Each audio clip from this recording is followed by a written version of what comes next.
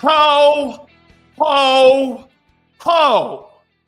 And I'm not talking about some of your girlfriends. Happy holiday. Holy cow. Here from Big Sills, it's one of the absolute best weeks of the year because of grub. And of course, what else? What else? Grub and Christmas. Can't get any better than that. We really appreciate everybody coming aboard, man. During this holiday time, you guys have been absolutely sensational. We appreciate it. Please hit the like button. All supers go to the top. What a day. Holy cow. What a day. What a time. I mean, what a great weekend, too, by the way, for football. I mean, outside of the college football train wrecks that we saw with the college playoffs, those things were absolutely terrible. By the way, one more note to the college football committee. Do me a favor. It's not the teams that deserve it the most. Okay? It's not. It's the best teams. Don't give me that shit anymore. Well, they won 11 games, so they must deserve it. No, you don't. You don't deserve shit. Okay? Sills, MLB lost a truly great player icon, the man of steel, Rickey Henderson. Thanks for the memories, Rickey. Merry Christmas to your family and Xander's. Hollywood Hogan, thank you very much. We really appreciate the supers. I'll tell you this flat out, too, about Rickey.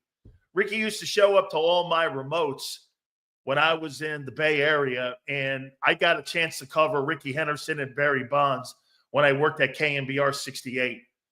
And it was one of the truly great privileges. My wife was great friends with Rickey Henderson.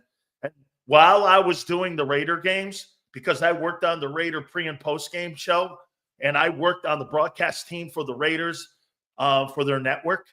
I was hired by Al Davis personally.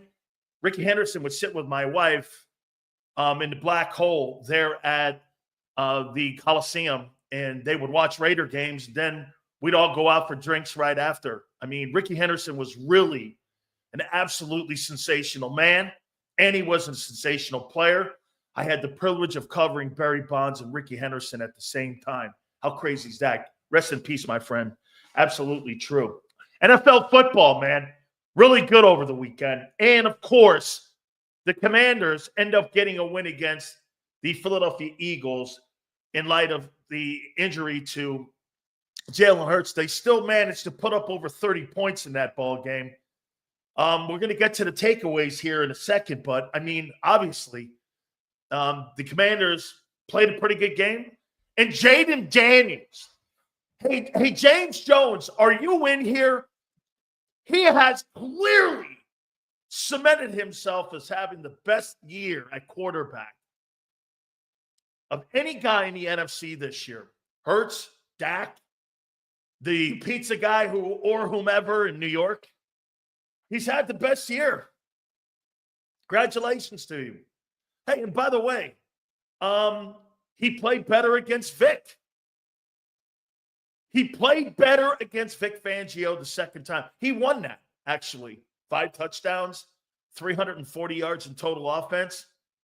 Fantastic. So, of all the quarterbacks that played in the NFC East, he absolutely had himself the best year of any quarterback in the East. And kudos to him, man.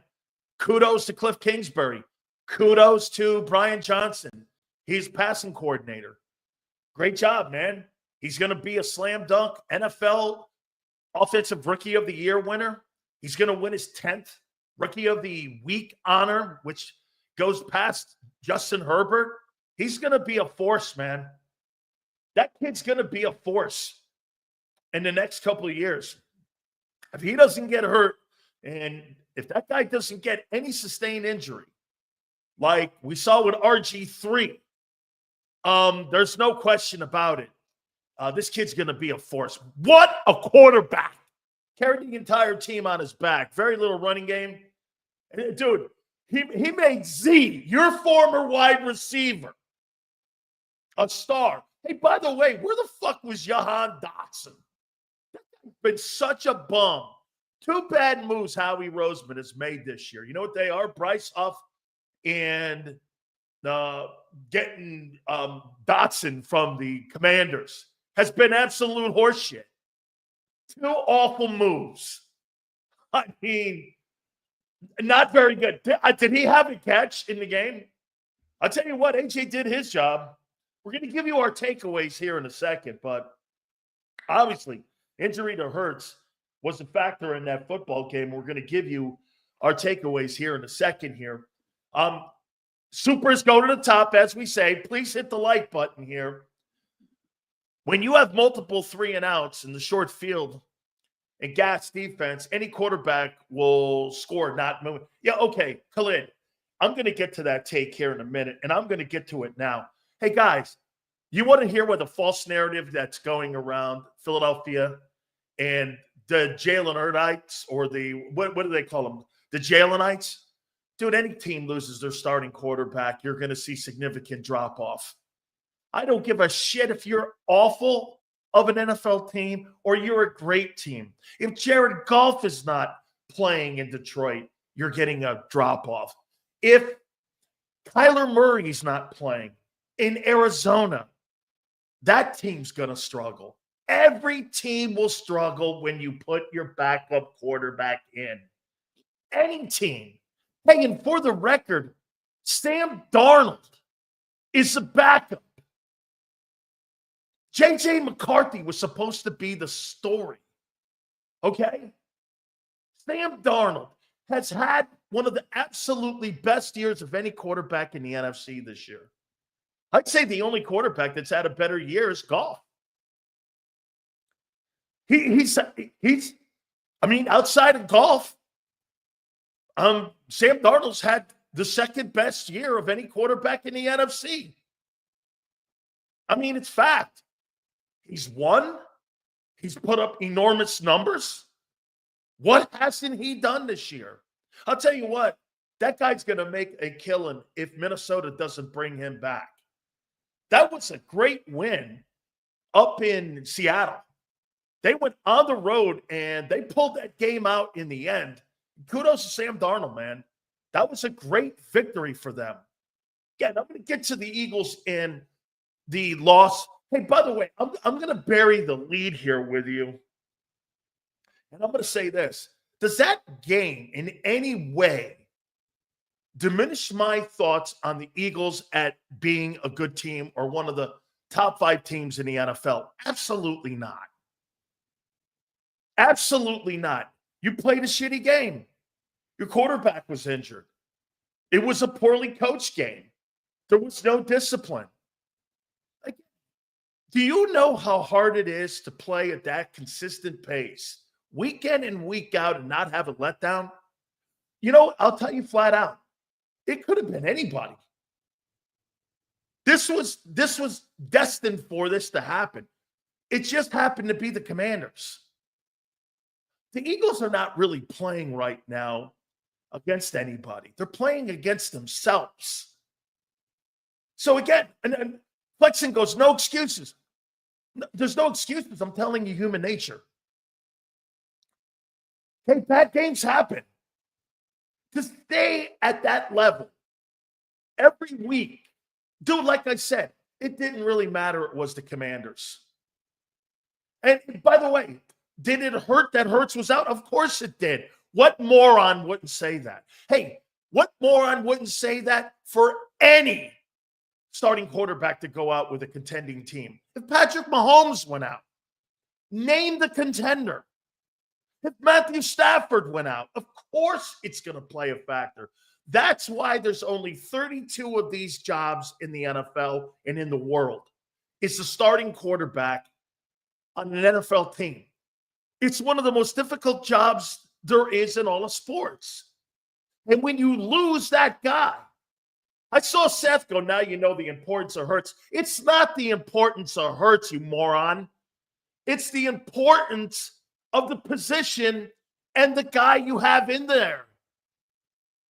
It has nothing to do with Hurts. It has everything to do when you lose your starter. And he's one of those 32 men. Of course there's a drop-off. Of course you're going to have 3-and-outs.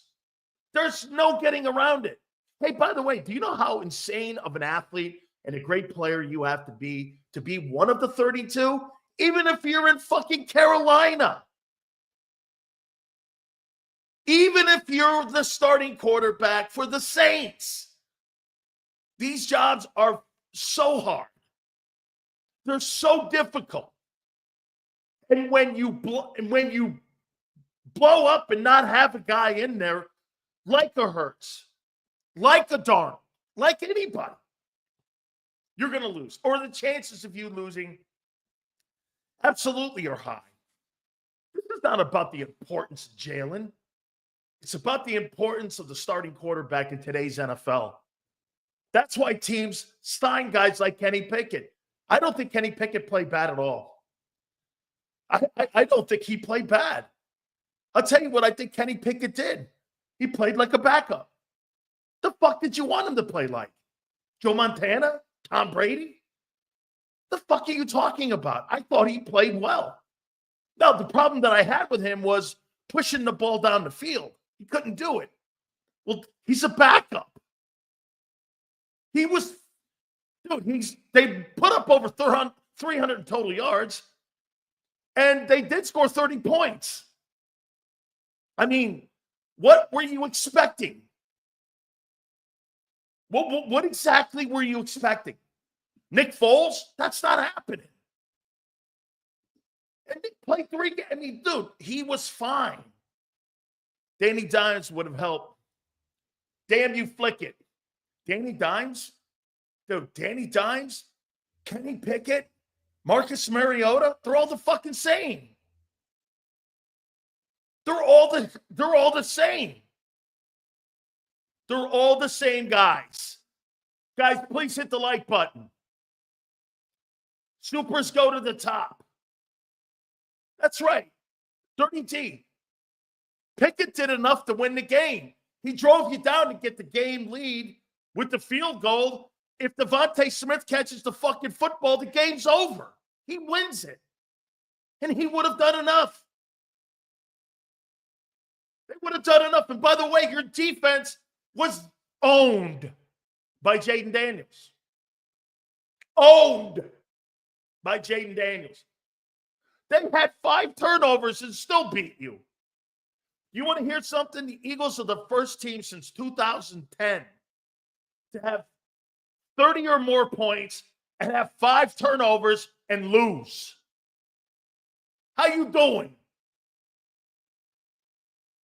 Did you hear what I said? The Eagles are the first team in 15 years in the NFL to score 30 or more points. Okay? Get 5 turnovers and lose. And you know you probably could add into that? And rush for 200 yards. That shows you, too, also the importance of a passing game. You ran the ball for 200 yards on 38 attempts and still lost. And still lost. Hit the like button. Big Sills. You slick son of a gun. Jaden Daniels, baby. He put the ball in his hands. With the game on the line, he will get you every time. James, I think what he did yesterday and how well he played and how he played like Josh Allen yesterday. He's just got to tune up those shitty plays. I mean, there were about 10 shitty plays in that game for him where you went, man, really? Then he turns around the next play and you're like, holy shit, you see who he is. Okay? You see what he is. But he's a rookie. I thought he was sensational. Fair point about the starting quarterback, Sills, but Malik Willis is 3-0 this year without Love. I think Green Bay has more discipline. Let me ask you something, okay? By the way, losing CJ killed us. Malcolm got torched for 2 TDs. Yeah, one thing about CJ that I'd like to say, hey, fucking grow up. Stop being a fucking pussy. Grow up. You go into the locker room and you start Instagramming because you don't like what the referees are saying. I'm sick of him. Dude, grow up. You know what? I like shit talkers. And you know what else I like? I like people that have an edge to them. But there's a place to have it. So he goes in the locker room. He starts talking shit on the refs while his teammates, get your ass out there. Or sit down and shut the hell up and let your team go out there and play. What a distraction he is. I can't stand that guy's attitude off the field. On the field, I like the shit talking. I'm okay with it. Time and a place, though, man. He's got a really awful attitude. And by the way, you watch when he leaves Philly, the shit he'll talk on you. Don't ever trust somebody who talks shit on you once thinking that they're not going to again. He's already done it. Don't give that guy the fucking benefit of the doubt. He talks shit on Detroit fans. This guy's a one-way ticket guy. He's not a real, he doesn't like your city. He plays in your city. He's already fucking talked shit on you once. Well, what are you going to do? Give him a pass? I think he's what? You're not really that guy? Give me a break.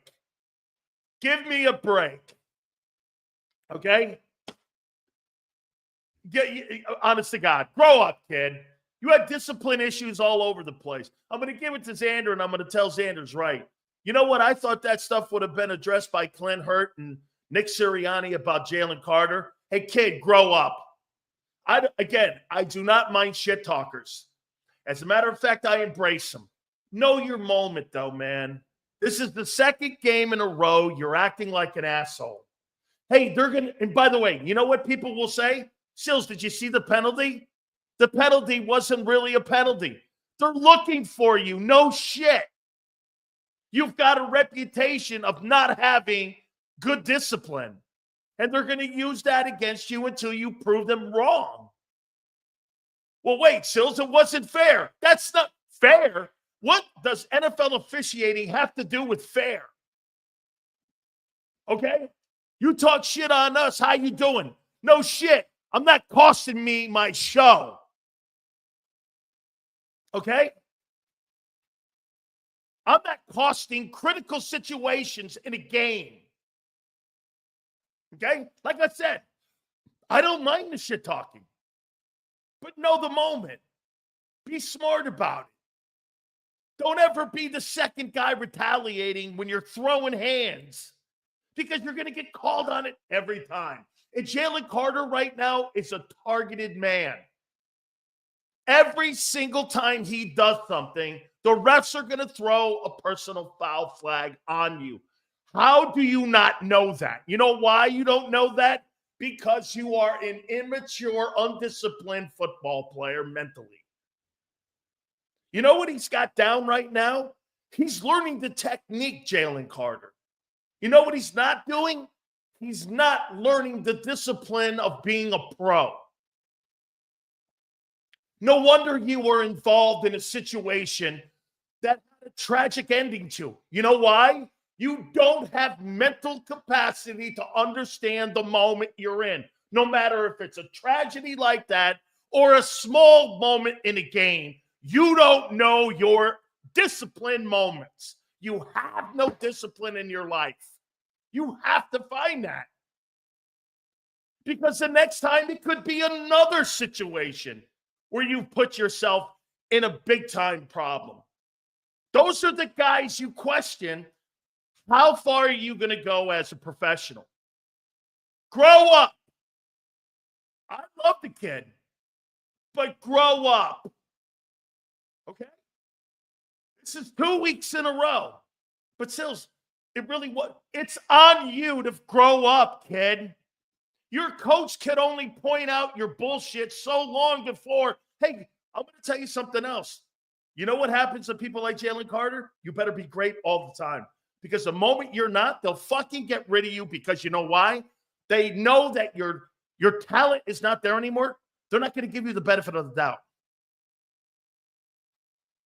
Okay? Hey, get this. Maybe the head coach should have yelled at him. Correct. That's what Xander said. Okay? So I saw somebody post something.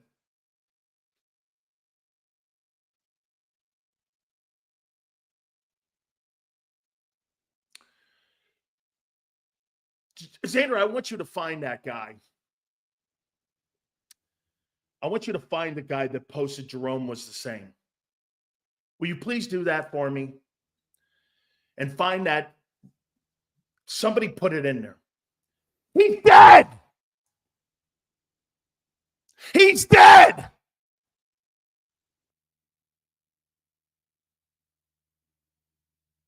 You win, Troy.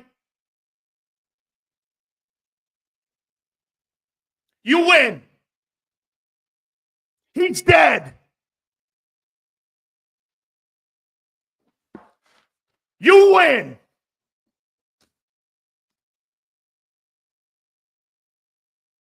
Okay? You win.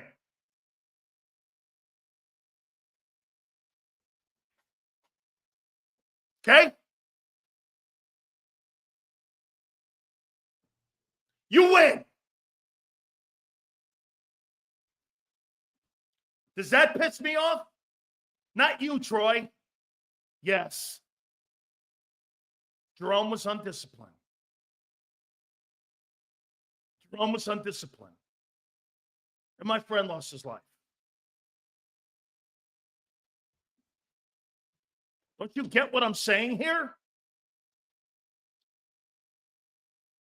Yeah. This is what I'm saying to you, Troy. Okay? Control it. Okay? Control it. I don't want you to be undisciplined. I want you to fulfill your destiny on what Jerome couldn't do. Okay? I'm here to help. I'm not here ripping the kid. I want nothing but great things for Jaylen Carter. Okay? You see a young Jerome and Carter, don't go down the damn path. Khalid. Yes. Okay? Right. Everything you do in your life, Jaylen Carter, you have a shot to fulfill the destiny that wasn't fulfilled by 99. Don't let it slip through your hands because people will start doing. And I saw somebody post something about Dominican Sue. Sue had that reputation too, and it carried with him. Jaylen Carter has a lot in common like that with Jerome. Great players. And get this, cavalier attitudes. Because you're such a dominant force. You look at the things around you sometimes, a lot of shit doesn't matter to you. You know how frustrated we all used to get around Jerome? Hey, you want to hear something Jerome used to do at the vet? The vet had a big parking lot, right? Lincoln Financial is built in that same area, right? Remember the vet's old gigantic parking lot? Jerome would take his motorcycle out there and go 180 miles an hour at lunchtime. And Jeff Fisher and all those guys used to put their hand over their eyes. I used to get so scared because he was so reckless. Okay?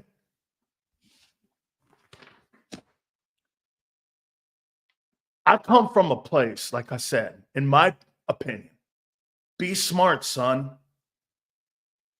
That's all the seagulls, right? They're bird heads. Okay?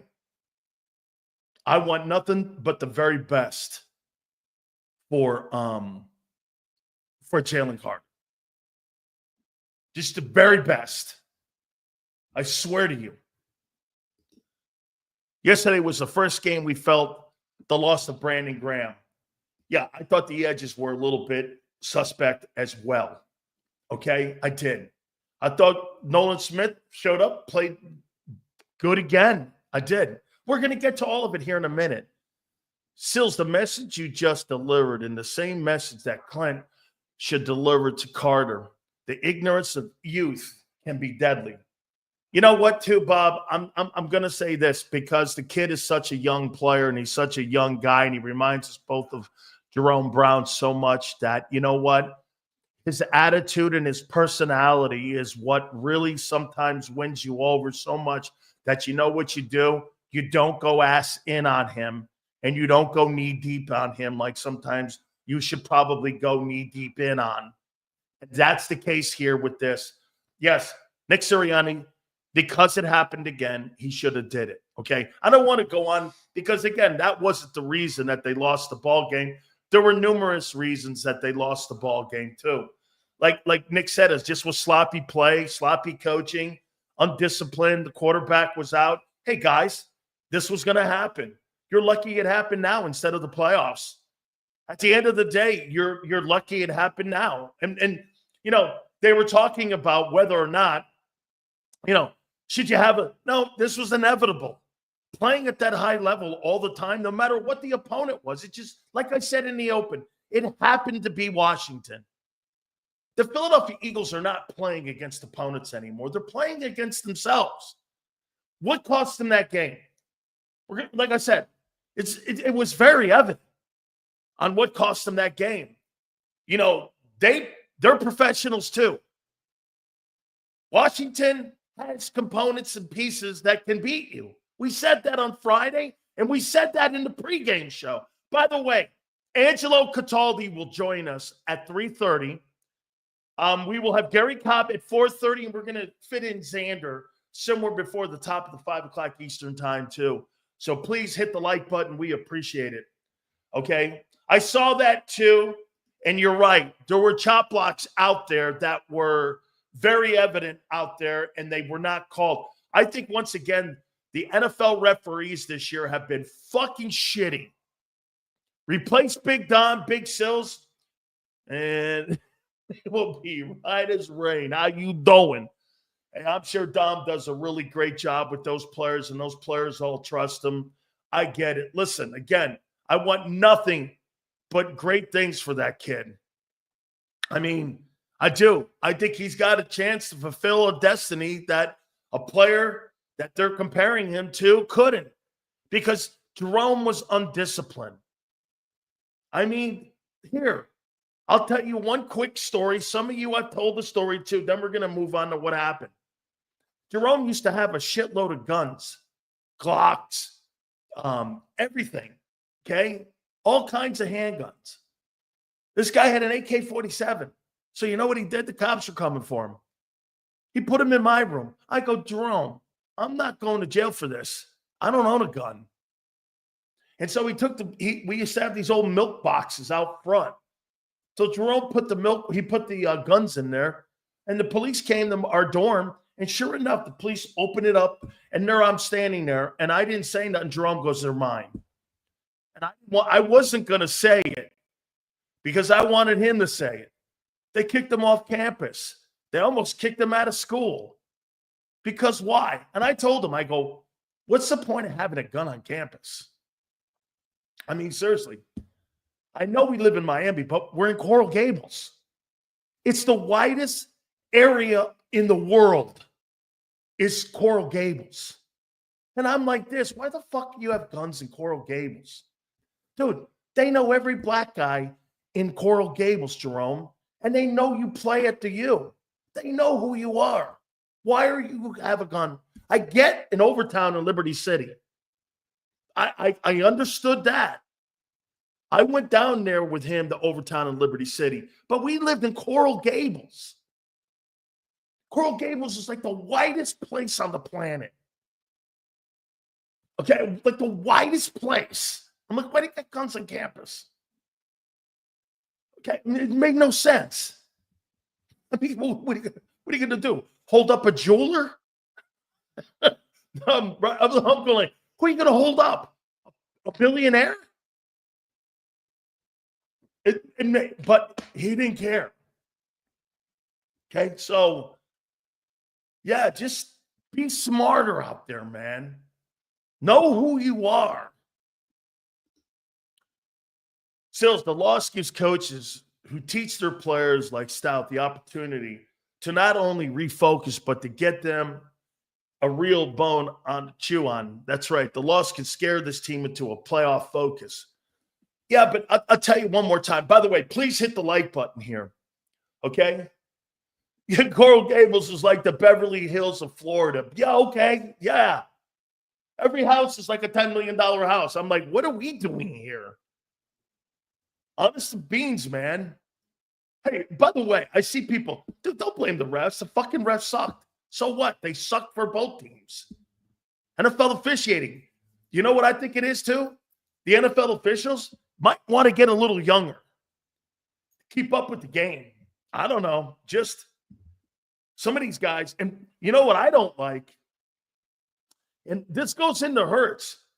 Every time you get an athletic quarterback, whether he's Hurts or Josh Allen, they don't know how to call flags on those guys. Okay? If that guy's running out of bounds and you hit him, he should be protected the same way Tom Brady's protected, no matter if he's a running quarterback or not. I don't think they legislate the same penalties on those dual threat guys that they do on those drop back guys. And that's old mentality. Okay? That's an old man's mentality.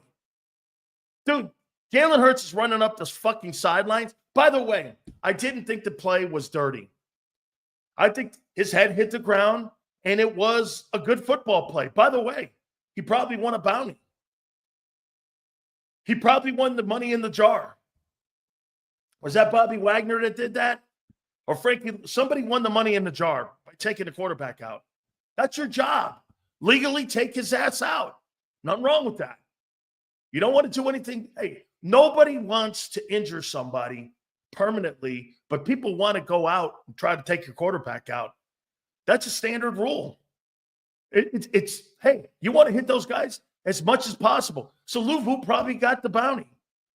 Probably got a couple grand out of that thing by taking the quarterback out. It was legal. He didn't do anything wrong. Hey, and do this. Stop with that. It was a football play. I think the ground caused it, not the hit. The ground. You get more concussions with the ground, your head hitting the ground, than when you are getting hit by actual somebody, okay? It's the turf that ends up causing these concussions. I don't know what the latest is. Saquon was on pace for 400 in that first quarter. Hey, by the way, Jalen Hurts wasn't out to a very good start in the passing game, but when he was out on a great pace was in that run game. And I'll explain why Jaden Daniels played well in that football game. There are numerous reasons why he played well. He's a great player. Okay? He's an absolute great player. I know you would disagree. I disagree very late. No, it wasn't. Absolutely stupid. And anybody who does that is doing the same Carson Wentz, Jadeveon Clowney bullshit, whatever. Okay? It wasn't a late hit. It was a good hit. Stupid. It's called football. If you want to play flag football, and I did say flag, then so be it. But it was a good hit. There's nothing wrong with it. Okay? Nothing wrong with that hit. And you're trying to protect your boy. He got hit. And he went and hurt his head on the turf. End of story. Okay? Could happen to any quarterback in the game on any given play. But here's what you get with dual threat. Dual threat. Style of play will cause this. Okay? Style of play are going to cause this. I mean, be prepared. That's why you don't have a very high ceiling in this when you play that style of football. You better be built like Josh Allen. Okay? You better be built like Josh Allen. I mean, it's what it is. When you have and you play that type of style, the chances of you, here, figure this out. How many carries does Jalen Hurts? Hey, somebody with some brains in here. How many carries does Jalen Hurts have this year when it comes to carrying the football? How many carries does he have? He probably has as many carries as many running backs do because he has as many touchdown runs as pretty much every quarterback or every running back has this year. Okay, AJ's helmet to helmet in the end zone and no PI. I didn't see that. You think AJ Brown was terrorizing Lattimore? What I said, Khalid, not early. if you were on the pregame show, Xander will tell you, I said that Lattimore's conditioning was going to be tested in this game by A.J. Brown. Early in the game, I thought Lattimore did a nice job. But as they kept running those long routes on him, if you notice what they were doing, they were running those mature routes on him. And I thought Lattimore ran out of gas and he was holding and grabbing because he had to. I mean, he is not in shape to hang in there with him. He's only been active for 1 week. And then the following week, you got to play A.J. Brown. That's not enough football plays to stick with a guy like that.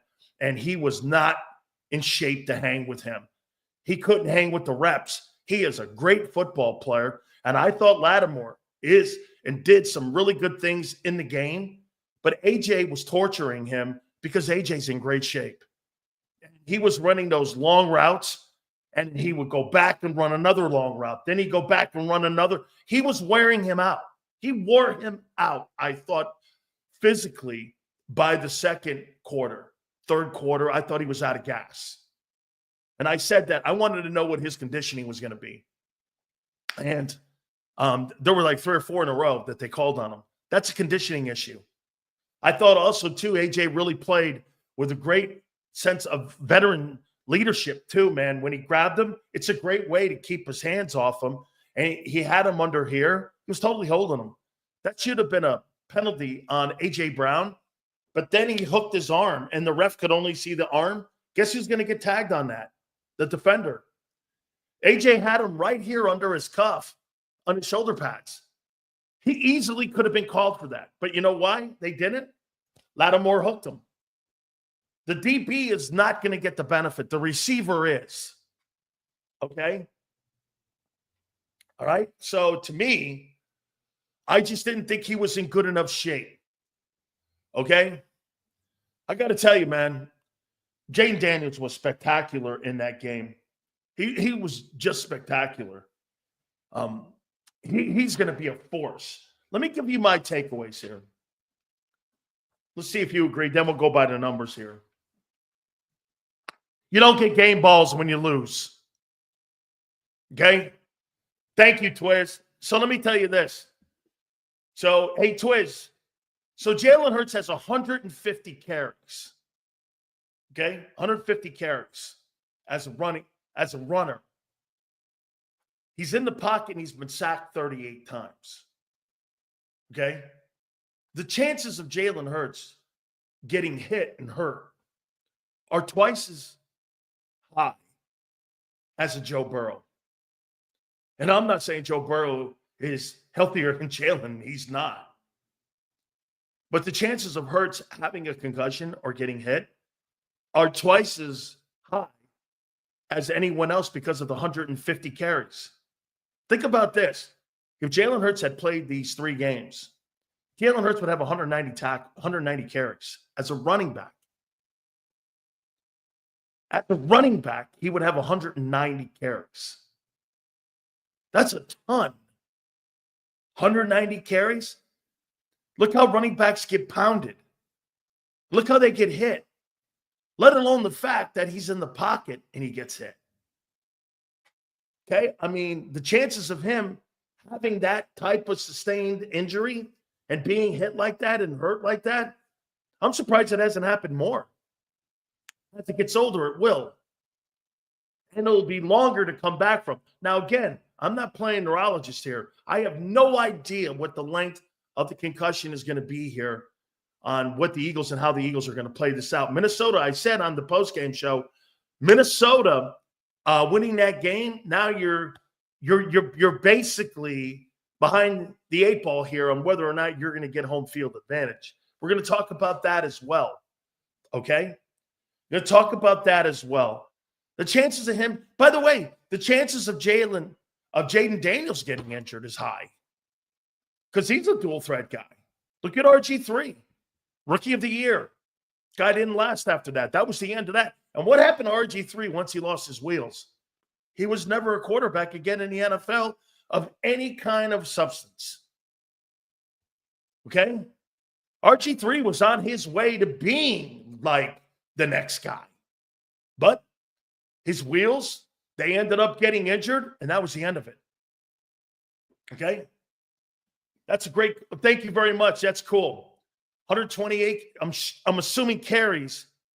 And that number is down for Lamar, believe it or not. 126 carries. He's usually up in the 200s in carries, Buckholter. So that number's down. That's because he's throwing the ball and Derrick Henry's in the room. Okay? I mean, yeah, they rushed his injury, James Jones. They brought him back. Hey, by the way, James, just so you know how poor your doctors were under Daniel Snyder, they not only fucked over RG3 and his injury recovery, they were trying to do the same bullshit to Trent Williams.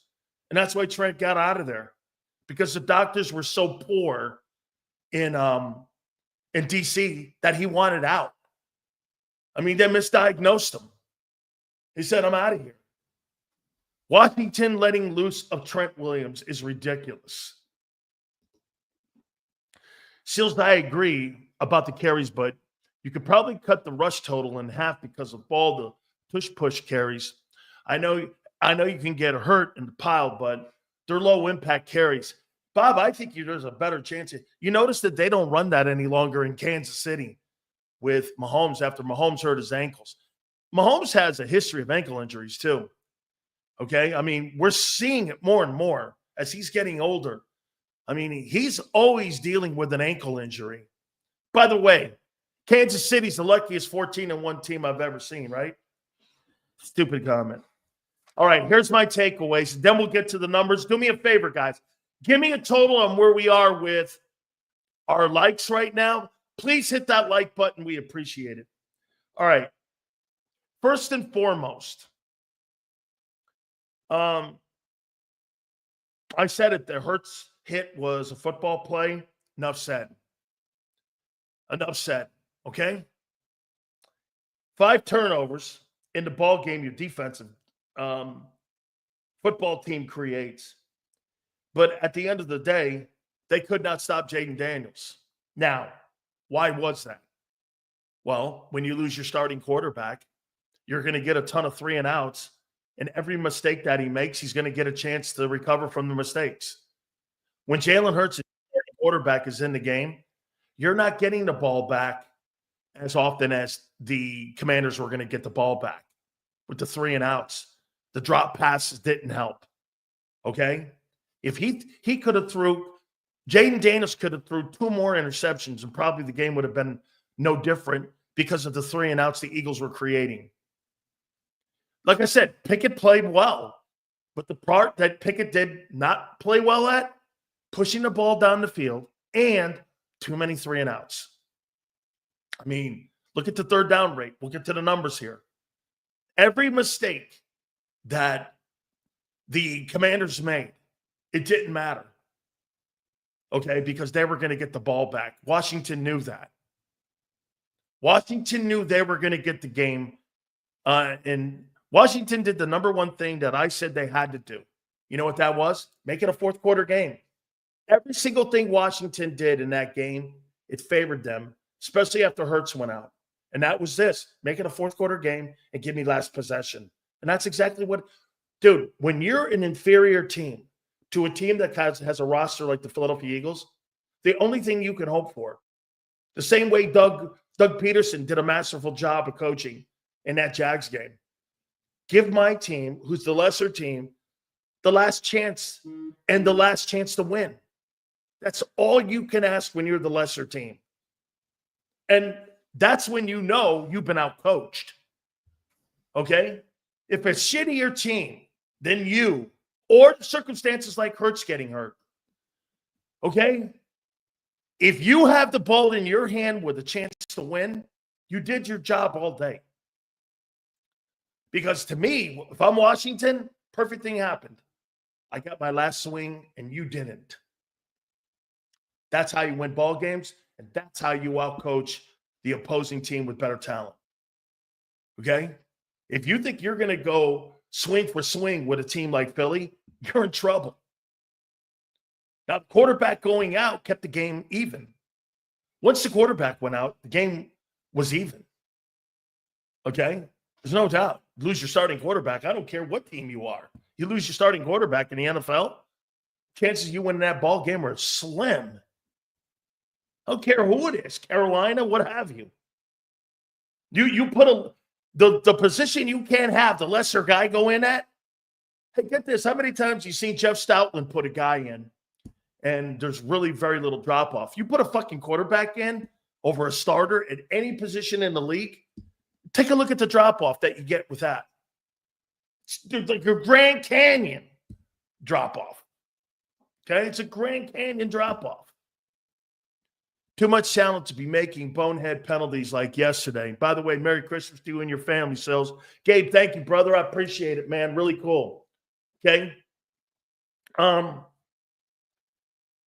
mean, Hurts didn't start out throwing the ball well. He started out really great running the ball. Hey, I'll say this too. Daniels got the best of Vic Fangio yesterday. Now, the injury to Hurts helped. But you still ran more plays than what Washington did. They were more effective in their plays than you were. We're going to get to the numbers. It just tells you how many more opportunities that you had that you didn't take advantage of in that game because your quarterback was the backup. AJ, I thought, did his job, but he had some drops in the game. Okay? Smitty catch the ball, game over, period. Correct. Game's over. Pickett did his job. He got you down in a position. They even went ahead with the field goal. I thought Elliott getting kind of on track again. You're going to need that, especially in the winter part of the season and the calendar right now. To give Washington any credit, stop trying to give Washington any credit. They fucking beat you. They don't need credit. They beat you, and they beat Vic Fangio. By the way, dog, Jalen Hurts don't play defense. He fucking ripped you a new one. Merry Christmas to you, Anthony. Thank you, brother. Quarterbacks don't play defense. Quarterbacks help a defense.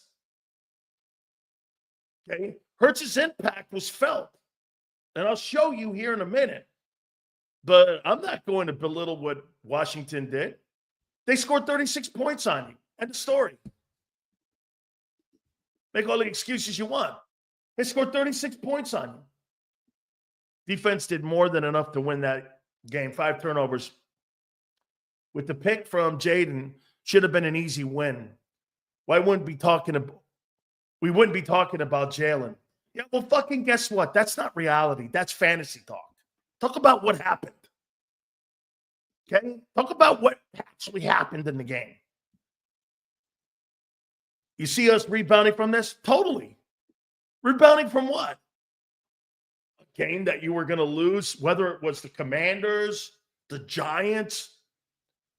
Hey, who did Kansas City lose to this year? Can you tell me who Kansas City lost? Buffalo. Okay, Buffalo's a great team. But Buffalo's been beat. I saw the Rams take them apart. You beat them. Shit happens, man. Shit happens. Hit the like button, please. Fangio's defense is relying on opposing quarterbacks making mistakes. The offense getting 3 and outs gives Washington more bites at the apple. That's exactly correct. That's exactly what happened. Jalen Hurts' absence caused that. It didn't matter how many turnovers Washington had. Your quarterback was not going to sustain drives. Okay? Even though you had more plays. I'm going to show you how this completely played into Daniels playing better and getting more opportunities. He got more opportunities to play better. That's what happened. Offense didn't help the defense. Yes. Yes. Now, I will concede this. There's no question. Again, but this is any starting quarterback. But Hurts' ability to run the football was clearly felt. I've never seen this. A team at 5 turnovers run the ball for 200 yards and score over 30 points and lose. I can't remember the last time. I don't know if I've ever seen that. Okay, I don't know if I've ever seen that. You score 33 points, 200 and some odd yards rushing, and you create 5 turnovers, and you lose? Okay, I mean, Jahan Dotson stinks. Plain and simple. Wow. An absolute wasted third-round pick on that guy. Wow. He has no right being on the Eagle roster. He's not a good player. James Jones is right. He's not a very good player. Okay? He is a complete 1,000% bust. 100% bust. He is not a good football player. Tell you what, he's as good as Jalen Reagor.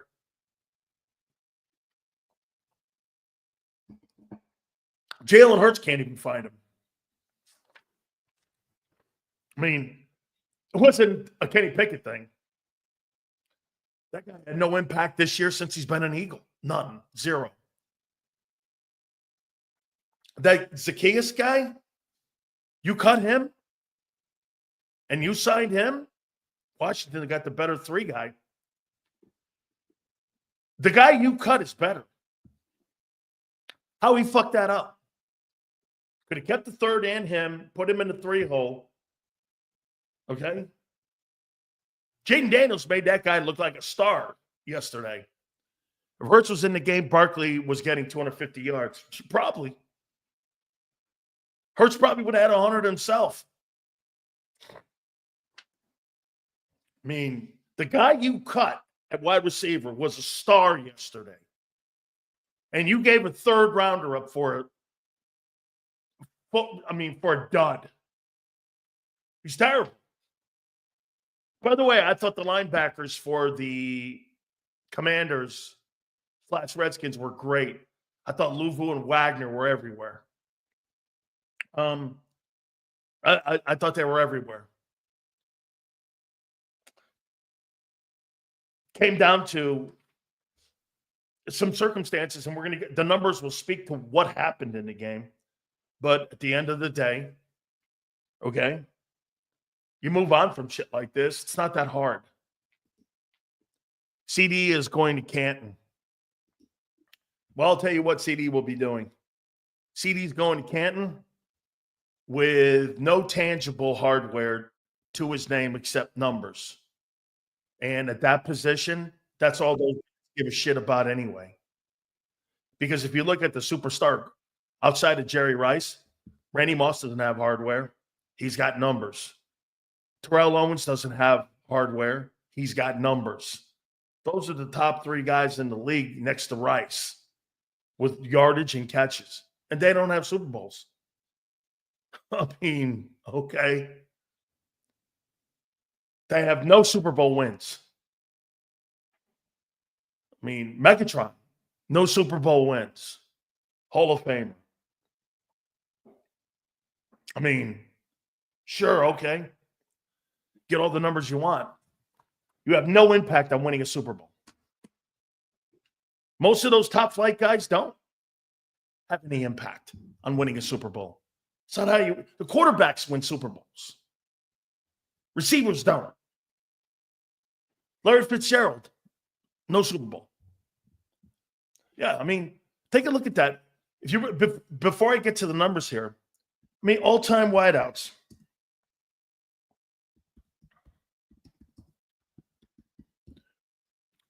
All-time receiver yards. Take a look at this. Just to show you that the position is overvalued. Rice, 3 Super Bowl rings. Larry Fitzgerald, 2nd, none. Terrell Owens, 3rd, none. Randy Moss, 4th, none.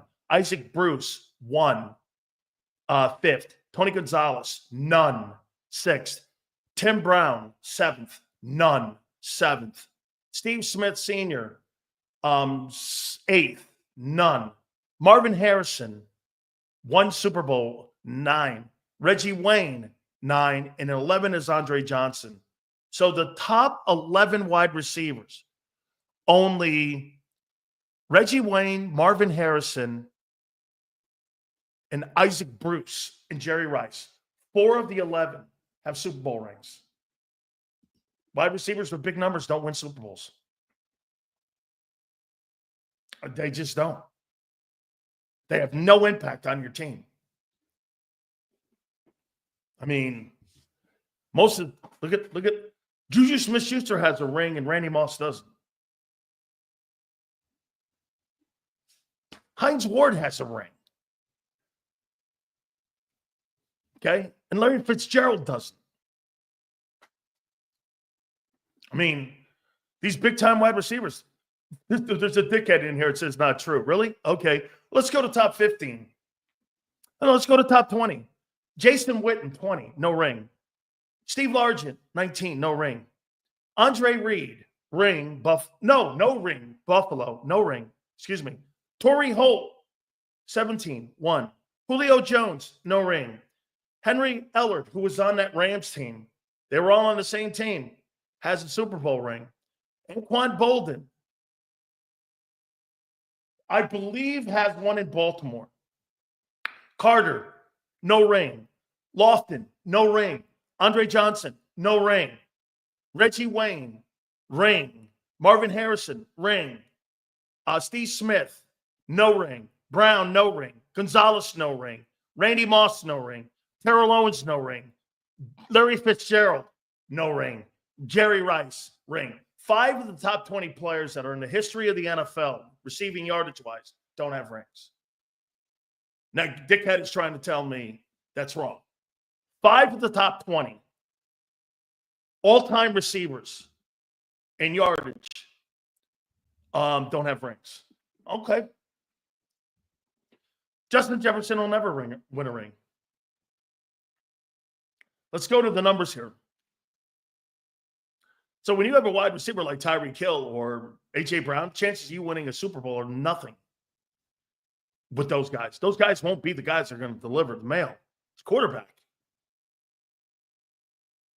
Now, if I did the top quarterbacks of all time, I guarantee you there's a bunch of them that have rings. Okay? Let's take a look at the numbers here, and it's going to tell you a little bit more what went on in this game here. Okay?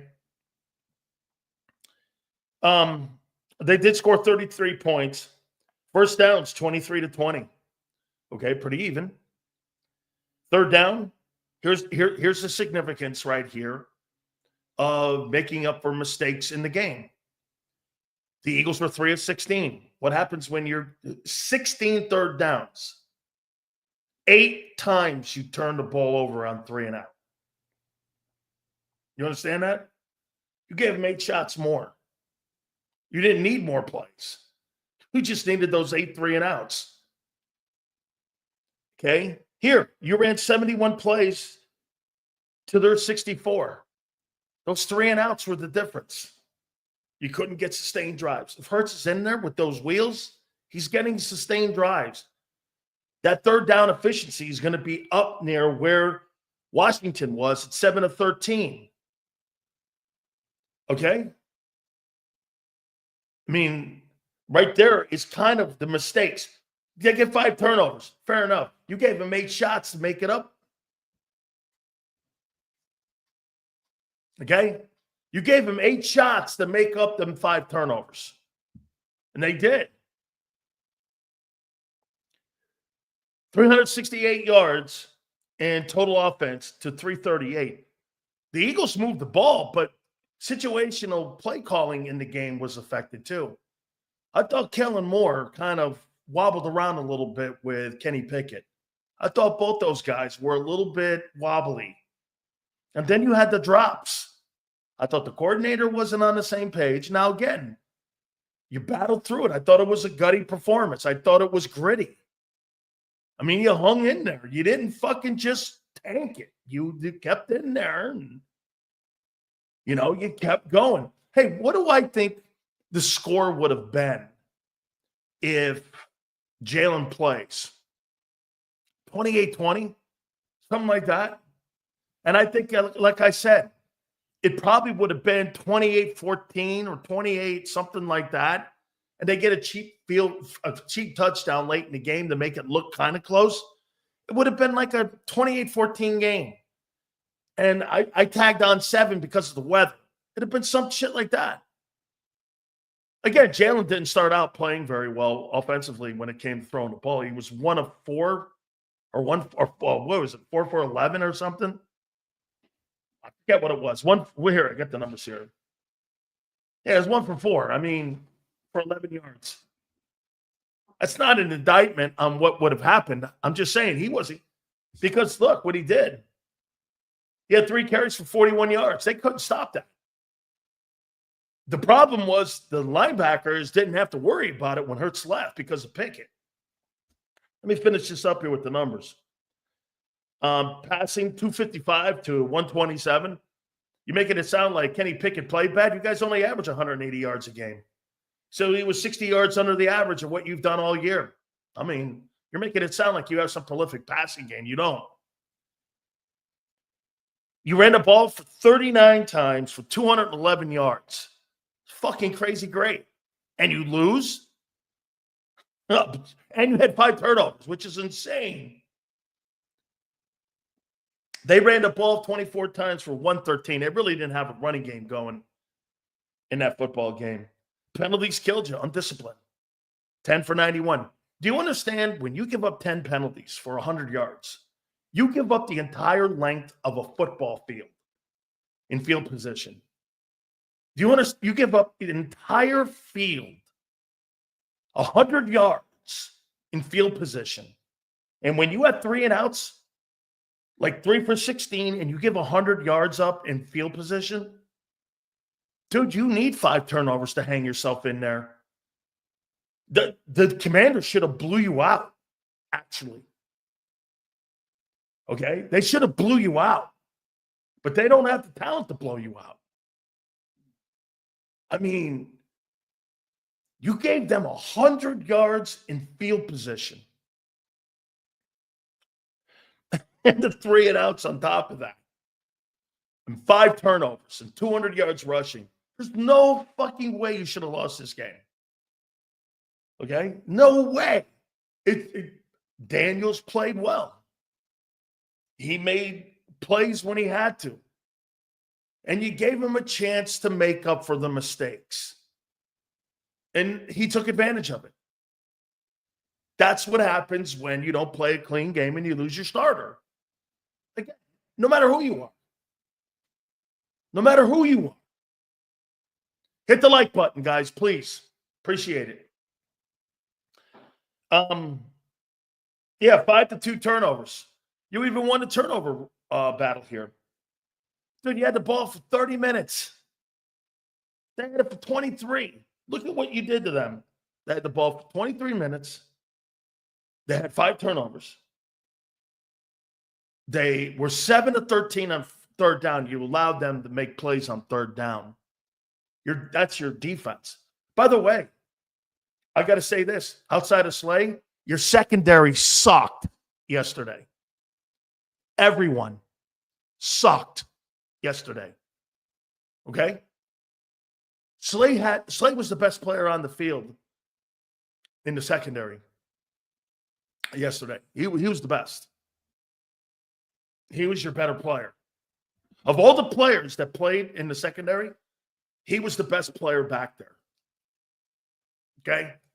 And I know, once again, in and out of the lineup, and my God almighty, man, when he's not out there, he was evident in that game yesterday because the other guys were getting torched. I mean, everyone from Q all the way down were getting owned underneath. That zone was wide open. And you know why it was wide open? Because of Daniels' wheels. Hey, and by the way, some go like this. Well, Gardner Johnson wasn't out there. Well, that's a fucking Gardner Johnson problem and an Eagle problem. Play with more discipline, son. Well, if CJ was well, he wasn't. And you know what makes that? Hey, I'll give you the benefit if the guy's injured. But when the guy is acting like an asshole and the refs know his reputation, you have to know this. I didn't do anything wrong. You're not being penalized for shit you did in that game, asshole. You're being penalized for your reputation. That's Draymond Green how that works. Okay? Draymond Green gets penalized on reputation.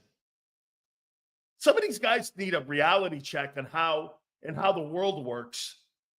Dude, you don't get the benefit of the doubt when you have a reputation on being an asshole. I mean, That's an Eagle issue that you're going to have to address with your team. By the way, if I was Nick, I would fucking go crazy on Clint Hurt, and I would go crazy on Jaylen Carter. I would go crazy on CJ Gardner-Johnson. Okay? I would go crazy on those guys privately. What are you thinking, man? Our quarterback's out. We had an opportunity to win this fall football game, and Gardner-Johnson, you are just as responsible for that game being lost as anybody in the building. If I were going to blame anybody, it's him. The penalty and not him being out there. You want to blame someone? He's to blame. Him, undisciplined play, being thrown out. The two whammies. And Jaden Daniels made the touchdown throw on his replacement. I don't know what else to say. How much more do you want? Hey, Seals, can't always be live, but I watch your show every day. Now, I'm not being a Hurts fan, but Hurts does give us the best chance to win. Of course he does. Dude, hey, wait a minute. If you think that I think Kenny Pickett gives them the best chance to win, that's fucking way off place. I do not think that. I honestly think if Hurts plays, we can run out the clock. Yes. You're not going to have as many 3-and-outs. Of course you're not. Of course you're not. And what was the one thing that Dan Quinn did as soon as Hurts went out? He dropped one safety down in the box. Kenny Pickett couldn't push the ball down the field with one safety high? Come on, son. This is why you're not a starting quarterback in Pittsburgh. That can't happen. That can't happen. Dan Quinn, instead of putting two safeties back there, he brought one down to run support to stop Barkley, which they did outside of that big 70-yarder. Okay? I mean, you basically, outside of that, hang when Hurts was in there, you couldn't defend it. You couldn't defend AJ and you couldn't defend Barkley. That was evident. The first two series, I'm like, holy shit. Hurts goes out, drop a guy down off the safety, probably the strong, I think it was. Put him down in there, chin. Game was the game in the running game, and you still had 200 yards. Most of it was in the first half, though. Game isn't even close if Hurts plays. That's not true. Game was close last time. You pulled away late. They had the lead at halftime.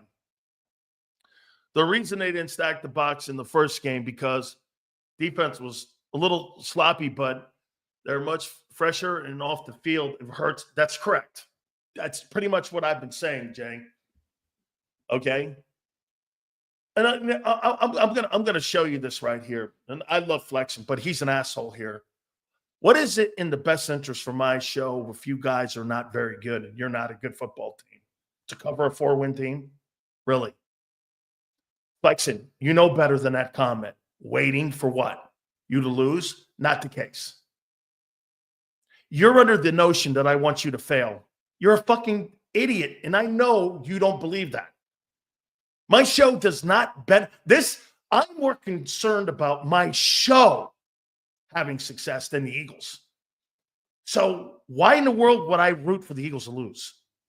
Fucking asinine. I don't care about your team. I care about my show. And the only way my show continues to have great viewership is if the Eagles continue to win. Get it through your head. I'm transparent. I'm honest with you. Act like it. You think that me being right, I'm wrong. Content is king, Twiz. Thank you. Do you understand that, Flexen? If I'm right, I'm wrong. You know why? My show sucks. No one watching it. Because nobody wants to hear how bad the team is. You make it sound like I'm an Eagle fan. I'm not. Stop it.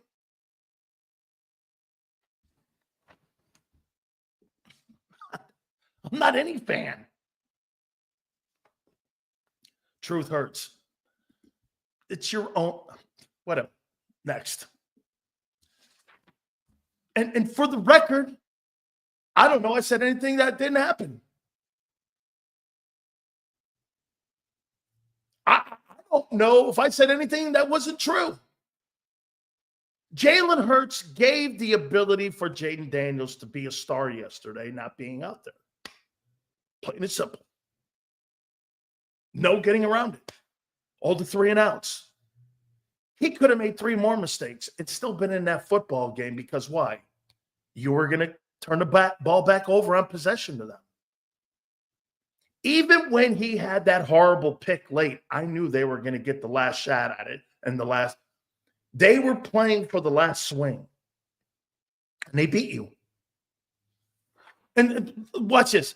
Here's people saying, well, Sills, I got people on my Twitter actually saying, well, I see a 2023 nuclear meltdown.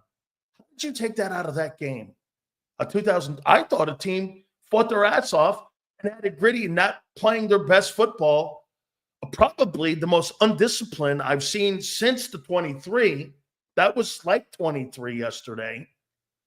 But you didn't have a guy who, I'll tell you what Hurts does to your team. He may not be the best quarterback in the NFL or even in the NFC this season, but you know what he does do?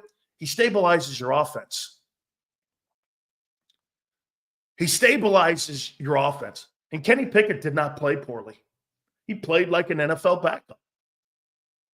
I don't know what you were expecting.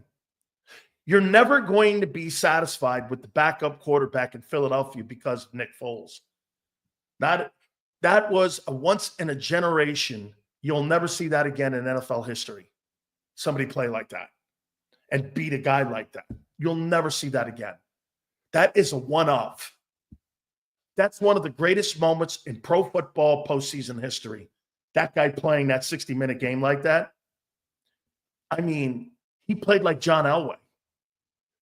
He could never duplicate that in any other time in his season, in his career, except for 1 year. And I think he played 13 years. He could never duplicate. Okay? Troy goes Hostetler with the Giants. Hostetler only played six games on because if you remember right, Troy, Phil Simms was 10-0 that year with the Giants. When Phil Simms got hurt that year that Hostetler won the Super Bowl, Giants were 10-0. I believe they got beat. I think he got hurt against the Bills. They were 10-0. Okay? Because let's see here.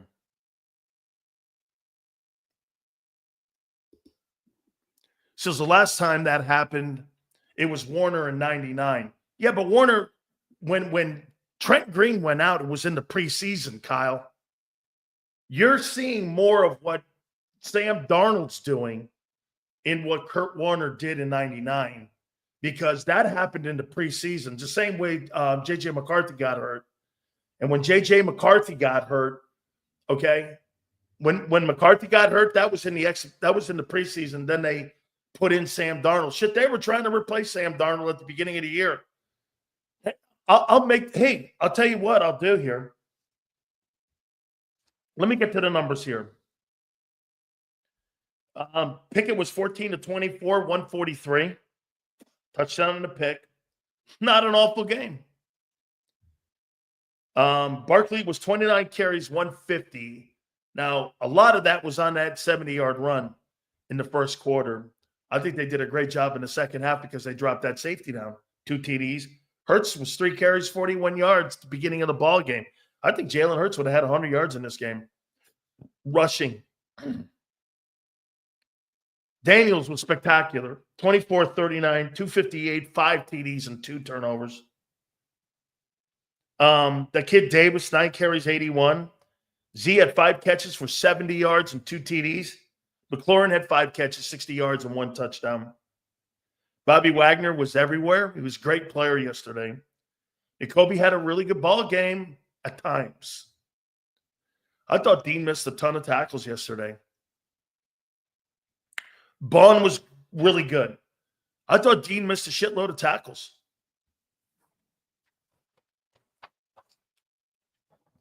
Thought he missed a shitload of tackles yesterday. In that game. Hey, and I've tweeted this out, and I'll share it again. Personally, this year, if I were to rank the quarterbacks that are in the NFC East in the years that I would put Daniels 1, Hurts 2, Dak 3, and the Pizza Dude 4. And if I was going to pick my NFC quarterbacks this year, guys who had the best years so far this year, Goff 1, Darnold's 2, Jordan Love's 3, Daniels is 4, and Stafford's 5. You can make the argument Mayfield should be in there.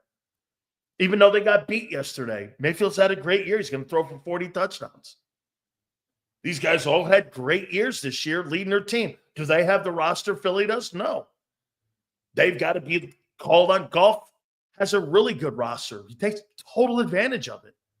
He threw for 335 yards yesterday and 3 touchdowns. He's going to throw for 44 touchdowns this season. Darnold's going to throw for 38 touchdowns. And by the way, this year, Sam Darnold, what's Hurts done this year that Darnold hasn't? Same wins.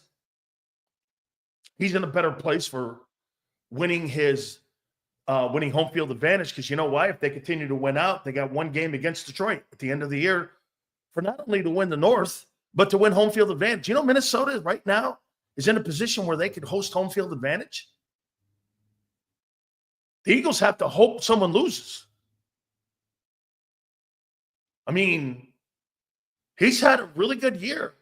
By the way, that's not an indictment on who you take for to build your team around. I'm not taking Sam Darnold to build my team around. That's not what I said. I said, who has had the best 2024 season in the NFC quarterback-wise? It's evident.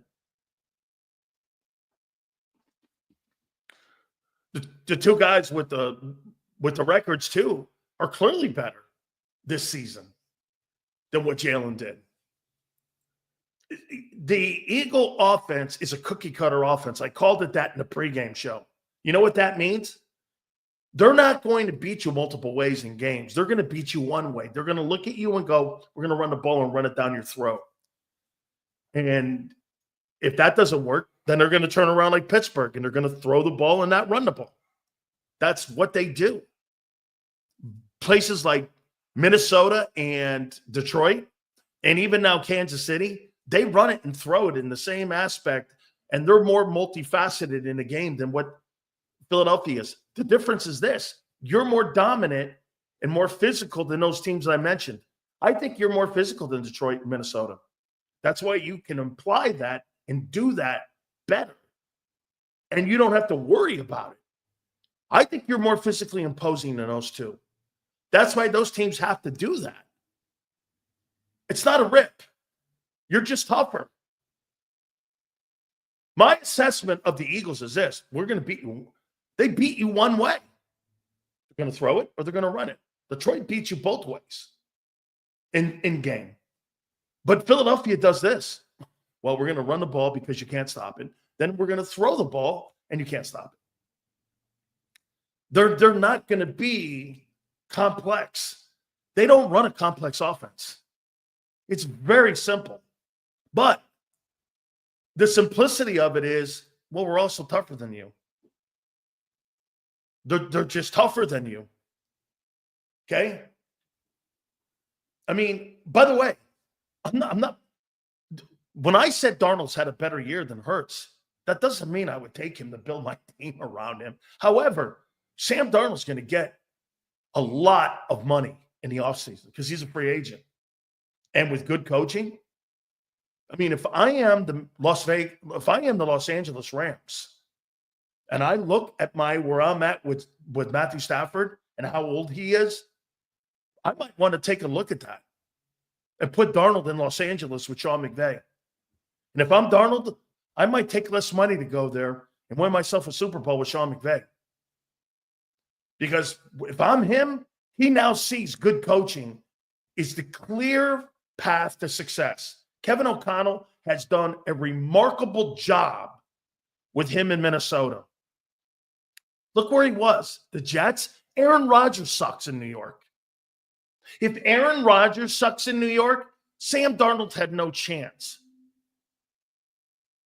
Kyle Shanahan, in my opinion, he loves Sam Darnold, but they got Brock Purdy, and they're more comfortable with that.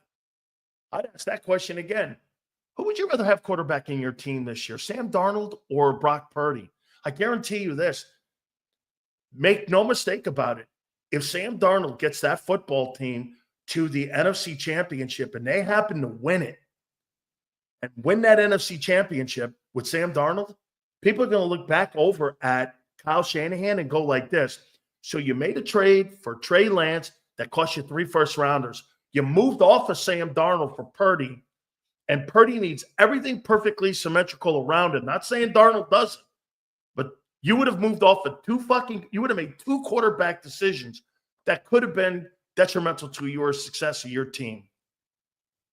Ask yourself, do you want that guy picking the next quarterback for the San Francisco 49ers? I don't know. I don't know. Okay? I don't know.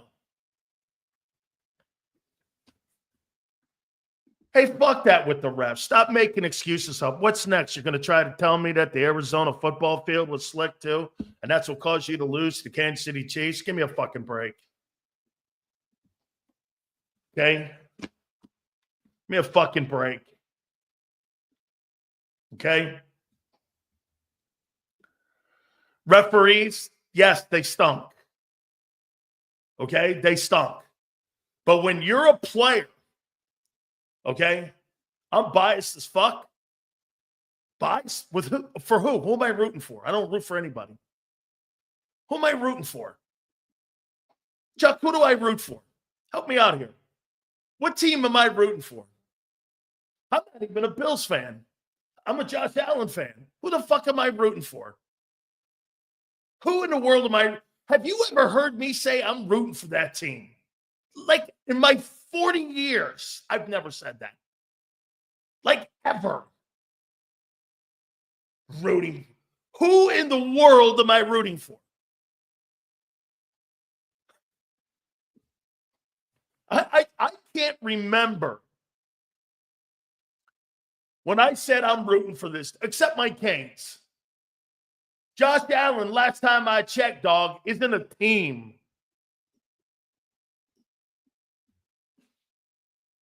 I told you before, I root for players. How you doing? How you doing? Yeah, you don't get any game balls because you lose. Okay? Congratulations to the Commanders. They had to get the win. By the way, hey, James, damn, I didn't pick you to I picked you to win the East. But you did get 10 wins, and most likely now are going to be a playoff team here. And the Eagles have won 2 more games than you. Shit. I missed it by 2 games. Damn. Damn.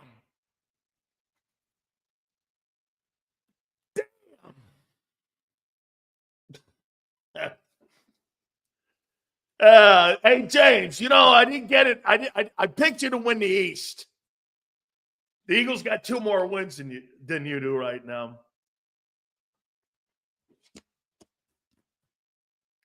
Yeah, I didn't know Josh Allen, Abe, was a fucking NFL team. But, hey, if you want to make it one there, Abraham, have at it, my good friend. Right? Oh, my God. I got to tell you, man. I think something was on display yesterday, and it was very evident. And I'll say it again. So, when Nick Sirianni tells people that he's got his pulse on his team.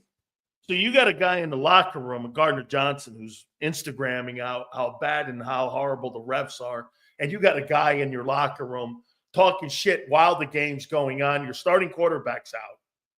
and you don't have discipline on your football team to where those guys know where you are in the moment, that everyone has to be hyper-focused because you've lost the leader of your football team and he's not in there, and you got an asshole in your locker room out there telling everybody how bad the world is. And by the way, don't believe him that he loves Philly fans. First time he got knocked out when they didn't give him his contract, he talked shit all over you. And then when he got blown out of Detroit, he talked shit on Detroit. That guy's a phony ass. He's not a real dude. That guy's like the Josh Harris of football players in Philly. He ain't really the guy. I cannot believe that people can be so snowed by bullshit. I mean, dude, don't ever believe anything out of NovaCare. If you believe anything out of NovaCare, it's like listening to the White House press secretary talking to you. Nothing's truthful. I mean, you can't be a guppy. I call people like you sheep. Sheep. Have a mind of your own. You know they're not going to tell you bullshit. By the way, then you got Jaylen Carter acting like an asshole 2 weeks in a row. I'm going to get to Angelo here in a second, but I got to say this to you. You know, somebody brought it up earlier. His name was Troy, about undisciplined people. I lost a friend in Jerome Brown because he didn't have discipline in his life. Jaylen Carter was involved in a situation where someone lost their life. Son, those microcosms of your life, they're important, because if you're constantly making these mistakes because of lack of maturity and discipline, they're going to follow you. Some are going to be catastrophic like Jerome.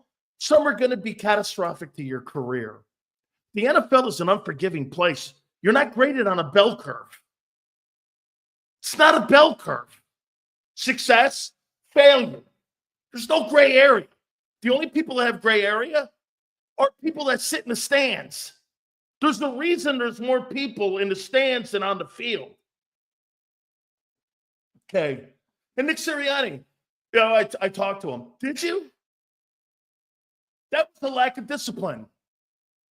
That team was not disciplined in that game against an NFC foe, and you gave them a chance to win. Pickett was okay. So, I mean, again, that coach is going to cost you. Let's bring in our friend, because he's been saying this from day one. Angelo Cataldi, the legend. And I got to start it out by saying this. Holy cow. I come floating into your city, and I didn't realize the collateral damage that I was going to get being your friend and being Howard Eskin's friend. I have no idea. I can't believe some of the people in your city that cover guys like you, Angelo, in the media are so repellent to people who just point out the facts and the truth every day. I just think some people would rather be lied to every day than told the truth. I mean, actually, I think it's an honor. I took it as a merit badge, so thank you. Well, I did a radio show for a long time, and Dan, I think right now at this moment in time, you are making a monumental mistake putting me on with you, because you seem to be doing great without me. You were saying a lot more truths than I'm going to be able to offer here today. That was brilliant stuff. The guy in charge of the culture, he's cut people in his locker room tweeting out messages. And Carter gets caught slugging a guy the week before, and they can't fix it because the next week he gets another personal foul. I mean, but they did win 10 in a row before yesterday. So I guess winning covers up a lot of problems. It was, you know what, yesterday was a hell of a football game. Yeah. Just on an entertainment point of view, that was the best game of the year. That was interesting. Had all these subplots working at the same time. And frankly, if you're looking at it not from an Eagles perspective, that Daniels and that throw he made to win the game, he put it through like 5 defenders on a line right to the back of the end zone. For that kid, we are going to hate that kid in Philadelphia, because Jaden Daniels is a player. Man, is he good. Now, the Eagles, they blew it, but I don't see. I was known for being the first guy to panic. I loved being the first one with the panic button. And I'm not panicking. No. I'm not panicking over the game. They would have won it. if any of three things had happened. They would have won it if Hurts didn't get injured, because Hurts was going to control that game. You saw the value he brings to that offense. It's monumental. Second, they would have won it if the most obvious one is Devontae Smith. It's a perfect throw. Catch the football, you win the game. He drops the first down catch. That would have won the game. And the guy you just mentioned, Chauncey Gardner-Johnson, you're right about him, you know. You're the guy. He talked crap about Philadelphia when he left. Now he comes back and, you got a love affair. It's all bullshit. You're 100% right. 100% right. That guy is a mercenary. He'll take wherever the biggest money is. And but, you know, there's two sides to him. He's a good football player, but he's nuts. Well, here, Angelo, if you want to blame somebody, I mean, okay, so he gets the unsportsmanlike conduct, then he gets tossed, and then the guy that goes in for him, McCallum, that's the guy who gives up the game winner at the end and there he is in there tweeting. And again, I'll go back again to Nick. Here's the one thing that I completely have taken from you that I will consistently be banging on like a hammer hitting the top of a nail. You're dead on with this. If that guy or anybody thinks that he has the pulse of that locker room and that he has spoken to these guys about character, you're out of your mind and you'll believe anything hair Bob Lang throws at you. I mean, there's no question about it, man. I mean, that was, 10 penalties. You gave up 100 yards in field position to them. You were 3 of 16 on third down. You gave them a chance to stay in the ball game and take the last swing because of a lack of discipline. It was a lack of discipline in that game. In my opinion, that cost them that game. There's no doubt about all that. And yet, I'll tell you, I thought that was probably Sirianni's best game on the sideline, because when they're down a point, they finally fall behind. He's going for it from his own 40. Yep. With his backup quarterback, 4th and 6 or 7, and he converts. And then he does it again around the 50. He does it twice in the same sequence. He was making the calls he was making were working out. They were doing fine with the backup. Where Pickett was okay. He wasn't terrible. He was okay. But you're right that the discipline issue is a monster. But that's been there all year. He doesn't fix it. He doesn't fix anything. You understand? That was the whole lesson of last year's collapse. He doesn't fix anything. If something's wrong, there he goes, this is a learning experience for me, right? It's 4th year here. He's had a lot of learning experiences that he learned nothing from. And I don't think he learned anything yet. Carter, in the last 2 games, Carter will hit somebody else and get a flag. You just know he will. He won't fix it. And what's his name? CJB, BJ, whatever it is. He's going to get in trouble again because he doesn't fix it. And that's supposedly his strength. So, Absolutely. Even though I just praised him, I also ripped him. I couldn't help it. How did you? I mean, Pickett goes out, like you said. If Devontae catches that football, they scored 30 points. Angelo, I've never seen this. So you get 5 turnovers, you run the ball for 200 yards, you score 30 points. You want to hear this? They're the first team since 2010 to score 30 points, run the ball for 200 yards, and get 5 turnovers and lose. Yeah. Okay, I mean, they did enough in that ball game to win that game. How'd you think of Pickett? The defense. If you were watching the 4th quarter in that game, you saw the defense of the collapse last year. They couldn't stop things. They couldn't do anything. I mean, come on. Somebody make a freaking play. You need to make one play. You got 5 turnovers and you're going to lose. And the fact is, they gave up 36 points. They gave up 36 points. And that's, Washington is a good team, but they're not that good. And the defense gave up 22 points in the 4th quarter. And the defense in the final minutes of that quarter, that last drive, they looked toasted. They looked like they were on their heels. And again, I think maybe you got to look a little bit more at their conditioning before they get to the playoffs. Let me ask you this here. Barkley's like 230 some odd yards or 260 yards to the 2105 of Eric Dickerson, who I was in the league at the time when he got that record. I mean, Angelo, and I know you remember his first year, he goes for 1885. Then the next year he goes for 2105. He had 4,000 yards in 2 years.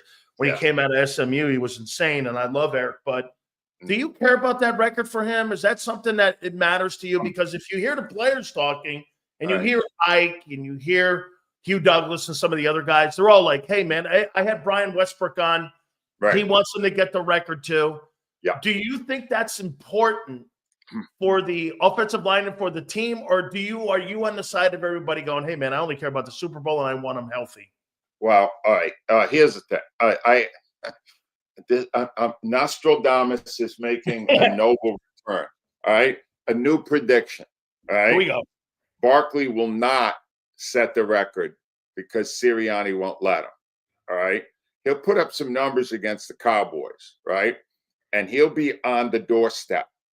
And he will not play the final game because they will already have locked in the number 2 seed. And there's no reason to play him. And he will deny them that.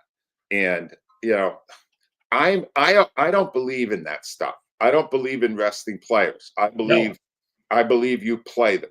Now, you could also argue, well, it's a 17th game. When the records were set, there were 17 games. So how important is the record?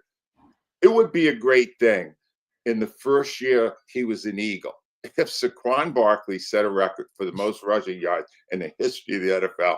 How bad would the Giants look? How dumb would they look? I look at things that way, and I say, play the damn guy. I don't believe in load management or all this sissy stuff that you see. I don't believe in it. I want to play my players. In fact, I'm worried now about Hurts because the way this usually works is that Hurts will not play again Sunday. He will not clear the protocols. Usually takes more than a week to do that. Now you got one game left against the Giants, but by then everything's going to be locked up, and Sirianni's not going to want to play him. So he didn't play much yesterday. He's not going to play next Sunday. He's not going to play the final game, or maybe only a quarter, whatever that is. Then he's going to play after a month of almost not playing at all. I don't like it. To me, you're not getting a guy who's right in rhythm of what he needs to do. I say you play them. You're right, because then you go back to kind of feeling like a little preseason, getting ready to get into the postseason here. And I'll add this to you here.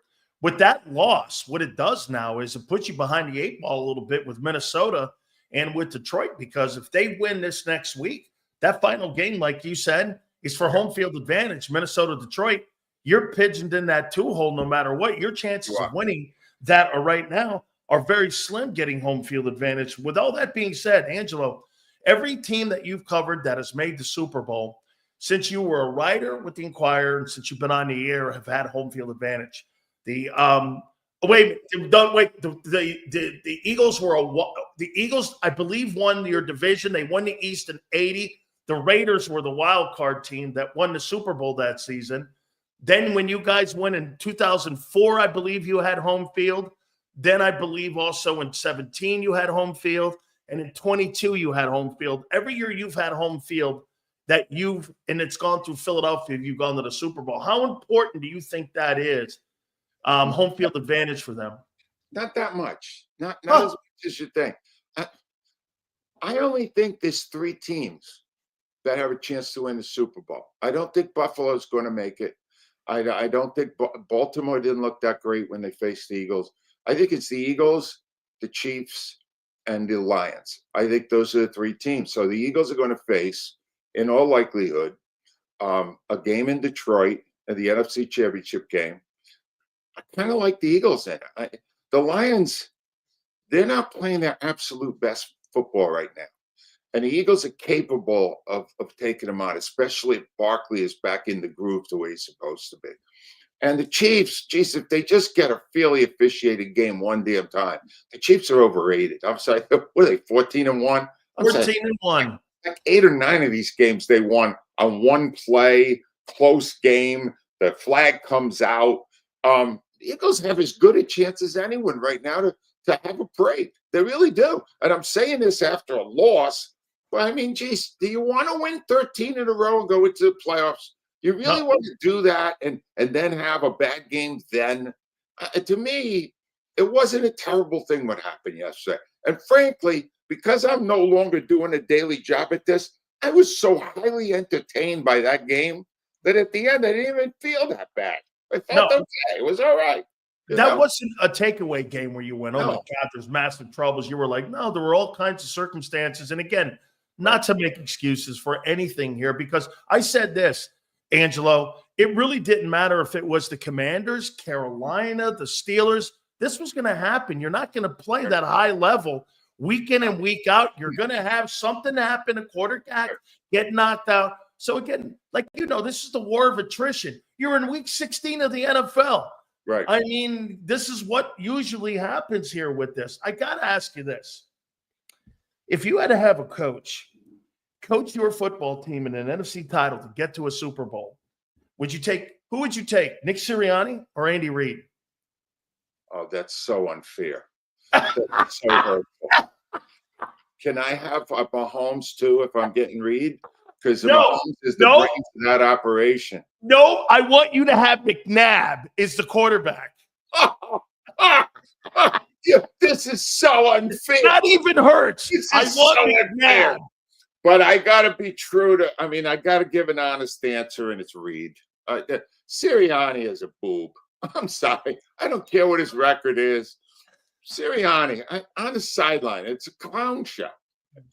He's always got something. They're losing, they're winning. He's telling jokes with the refs. He's got all this stuff going on over there. You go, you think at any point he's actually doing any coaching? I don't know what the hell he's doing over there. I've never seen a guy like this. But when he speaks, you said this. This is why you have just ruined like a half hour of your show putting me on. Because when this guy speaks, Dan, there's not a single word that is sincere, that is honest, that is his true feelings. Never. It's all pre-programmed drivel. Yep. Drivel. Yep. And it's maddening. If you follow it, I can't help myself. Even though I'm not on the air anymore, I follow it. And it drives me to distraction every single week. Because even when they win, the stuff he says is stupid. It's just annoying. Tell me, Angelo, by the way, I have a Sixer comment for you that I have to ask you here at the end here. Let me ask you this here about Andy. Tell me why, educate me why you look at him, and correct me if anything I'm saying here on him. All the years that you had him on, I believe he was there 14 years there in Philly, okay? And you had him on. Why do you look at him and you do not believe that that guy is who he is? And do you think Mahomes is covering for much of the bad coaching when it came to critical situations like clock management, halftime going in, 2-minute drills, all that stuff, challenges and all that? I never thought Andy was really great at that, and I thought it was a problem. And Mahomes covers this. Why did you look at him and always go, that guy's not who his record is also? I think that's true. We used to have a regular guest every Friday. I know you're familiar with his work, Mike Lombardi, longtime executive, worked for the Eagles a while. And he used to laugh about how awful Reid was at knowing when to call timeouts, when to manage the clock. And that was throughout the McNabb era, right? And then suddenly he got Mahomes in Kansas City, and now he's really good at it. No, he isn't, right? That's his quarterback. His quarterback knows exactly what to do. He's completely on board with the time and the situation, and he is very, very smart within the context of the game. McNabb, not so much, all right? You needed a coach for McNabb, and he couldn't do it. This guy, I guarantee you, Dan, that if Mahomes didn't come into Andy Reid's life, Reid would still be sniffing around for his first championship because he's so ridiculous. Do you see him on these commercials now? Does he look good there? Is he really selling you a product there? He's lousy at that too. Do you understand? A lot of these guys, this is something I learned from all the years of coaching teams. A lot of times, great coaches end up not winning for whatever reason. There's a lot of other things going on. Their general manager, the ownership, there's a million reasons. And there's some coaches who aren't that great who end up in clover. That's Reed with Mahomes, right? And Reed will go into the Hall of Fame. Oh my God, when he retires, I'm moving to another country that year. I don't want to see any of it.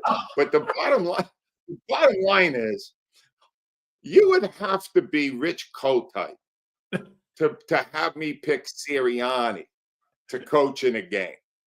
Right? I don't think he's any good at all. And I still don't. And there's nothing that could happen. They could win this thing easily and have a parade, and I'd still go, wow, they did it even with Sirianni. That's amazing. I just don't think he's got it.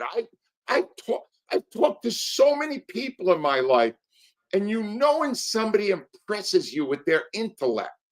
And I can tell you, nobody impressed me less with their intellect than Nick Sirianni. There's not a lot going on there, Dan. There's not a lot happening. Not a lot going on. No, you love it here. All right, Angelo. I mean, I watched what went on in your city hall with the fans and all the Sixers. Okay, I watched it all there, and I'm like, okay. I mean, the Josh Harris. Now, by the way, I wonder what did Josh Harris? Did he celebrate beating the Philadelphia Eagles? Or is he celebrating the fact that they passed? This guy had a hell of a week, didn't he? He beat the Eagles, and now he's got the arena and the city council. I mean, this guy had a big week here for a carpetbagger. I'm so happy you brought him up, because in the final seconds, the Redskins have pulled it out, and there he is on the sideline beaming, like he had anything to do with it. He had nothing to do with it. These guys were all there before he got there. And then you go, wow, what timing. He just fleeced the city out of God knows how many millions by destroying the best sports complex situation in America, all four teams in one spot with a network of highways around it. No, let's jam them into the middle of the city, ruin the culture of Chinatown, and make this guy a lot richer. Oh, great plan. Joshua Harris. Oh, my God. I think someone had to tell him that the Commanders pulled the game out. I think he was just waiting on his other. Did we win? Did we win that game? He's horrible. That guy is an awful owner. Awful. Let me sneak this last one in on you, because you told me something, and you and I know this business. You know it way more than I do, obviously. And I'm talking the radio business. Was this an agreement that was reached with Howard Eskin and Odyssey that it wouldn't be an immediate release, that it would be him leaving at the end of the year? Or do you think it was just his call that he wanted out? It was neither. I gotta watch. I have some information here that I can't use all of it, because what I could tell you is unequivocally there was another incident. It was not sexual, but he had an incident a couple of weeks ago, and it was in public, so there were people who saw it. And as a result of that, there was about 10 days of meetings to come to terms with. He wasn't going to be able to stay, because at that point he was already on zero tolerance, and something else happened. But it was not sexual. Not the first incident that happened last summer. That was with the Phillies. That was where supposedly the woman he kissed her and she didn't want him to, or whatever went on there. That was not this situation, but it was a situation involving a woman that led to him having to leave. See, the tell on it was that he did not finish the season. And yesterday, the WIP broadcast of the Eagles game, for the first time in decades, had no sideline reporter. Huh. They had no one. And it was the worst possible timing because Hurts got hurt in the first 5 minutes and they didn't have Howard that day. Howard was very good at that. Yeah. Like, give you updates on everything that had happened and all, he was good at that.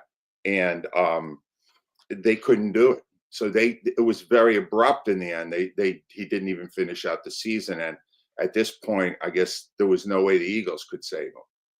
But, I texted him, and I think people should remember him despite a bumpy final year. They should remember him. He was the guy that set the path for all of us.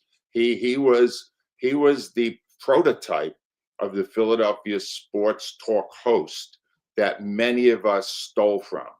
And his legacy should be that he was a true pioneer, despite the fact that toward the end, things didn't go so well.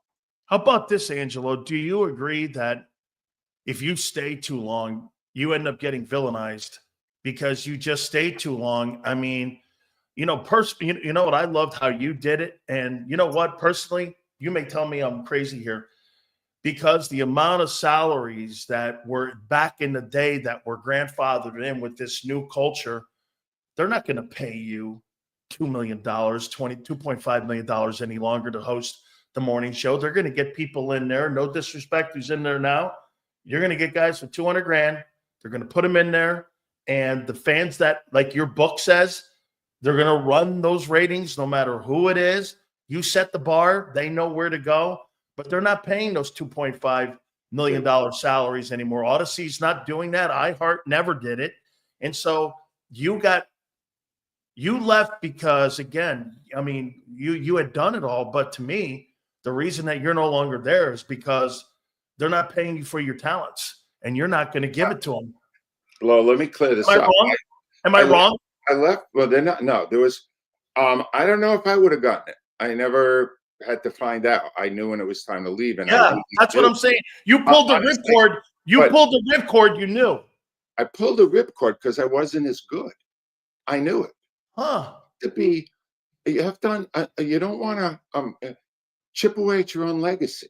And I knew it when names weren't coming to me so quickly that I wasn't able, when I went on a rant, to completely focus the way I could 5 years ago, 10 years ago. I saw the difference and I went, why do I want to keep doing this until I say something that's really bad and they have to fire me? Or I know when it's time. Huh. I got 33 years. Who gets 33 years in a job anywhere? No one. Mornings? Got to milk the cow dry? No. No. When to fold up. And Howard, even in his text to me, said, I'm not done yet. He's my age. He's 73 years old. And he said he's not done yet. And it's like, if he believes that, he's got to make himself happy about how he ends it. But when I ended it, I knew I was ending it. And at that point, I said, the only time I will ever speak again publicly will be on the Dan Sileo show. And I've kept that out for many years, except when I was promoting something, in which case I ignored it. It's such an honor for that. And I that's why I call you and I text you and I ask you so many questions about Philadelphia, because I'm getting hammered by everybody that's out there. And I love it to an aspect. But if you could do me one last thing here, give me your Mount Rushmore, not putting you in there, because I would obviously, your Mount Rushmore of sports talk doesn't have to be IP. I mean, if I'm not mistaken, for me, when I first heard WIP, I believe, if I'm not mistaken, Summerall's partner owned WIP, and then he sold it to CBS. I think that's how that was. And he, in 1986, I think you guys did. You guys started WIP. That was the year before WFAN started in 87, when they weren't even doing local talk. They were doing with national guys like Lampley and those guys, but you guys knew it and they took what you guys did and did local stuff.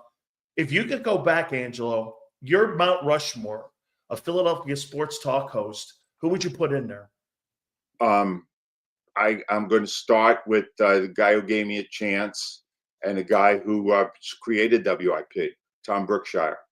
Tom Brookshire is amazing. I mean, yeah, he was a different style than me by a large margin, but I like pioneers. That's why next to him is Eskin, Howard Eskin, because Howard Eskin did it longer than any of us, and he kind of created the template. And my third guy would also be in there with him, because I really believe that in order to do this right, you got to have the right people at the start, and that's Steve Fredericks. Steve Fredericks was there with Howard at the beginning, and I got to go on his show a number of times when I covered the Eagles. I would put him there. And the fourth on Mount Rushmore, I would definitely put Rhea Hughes, because Rhea Hughes is so great at her job. I mean, people go, well, you're out of your mind. Rhea Hughes, she wasn't even your main host, but Rhea Hughes is so good at so much of sports radio. I'm going to put her there with the three gods. How's that? Why? You know why you tell me. There's certain people sometimes when you have in a room with you that fill gaps and make the whole thing work, and it's smooth. You could have another high personality with you sitting next to you, and you can have all of that, but there's always that one person in the room that kind of like smooths it over. So when you hear it, there's a rhythm to it, because I always believed in rhythm when you're doing a talk show host. There's got to be a rhythm to it. So true. So true. And I'm thrilled to be leaving the show now, so it will get better again. Because what you did, Dan, I just got to, you don't believe that, but what that riff you did just before I came on, that's as good as it gets. That was phenomenal. It was so perfectly enunciated, beautifully analyzed. It was even better than the game yesterday. That's how good it was. Wow. Thank you. Angelo, again, Merry Christmas to you. Hey, man, so like the Christmas Eve dinner for you, right? Pasta fazool and all the fishes. All the fishes. You got galamad and bacala. Bacala. Hey, God, dude, Angelo, you got to understand, when you're in a communist country like I am in California, you have to understand there's no bacala, okay? No They don't know what bacala is. Oh, God, you're missing out, especially when you find a little bone in it. Like lately, you take it out right there. Then you go down for the galamad. Then you the nice galamad. And of course, I'm a scoongeel guy. Oh, you gotta have scoongeel. What are you kidding me? I'm a scoongeel guy. So, I mean, hey, and then of course you end it with a great cannoli, a Philly cannoli. Holy shit, right? A Philly cannoli. You just have to end it that way. Make sure you tell your family and your wife, thank you for sharing you with us all the time. I can't thank you enough, my friend. It's an honor, Dan. Have a great holiday to you and all your many listeners and viewers. It's an honor to be on your show. Thanks, buddy. Thank you so much. Merry Christmas to you, Angelo.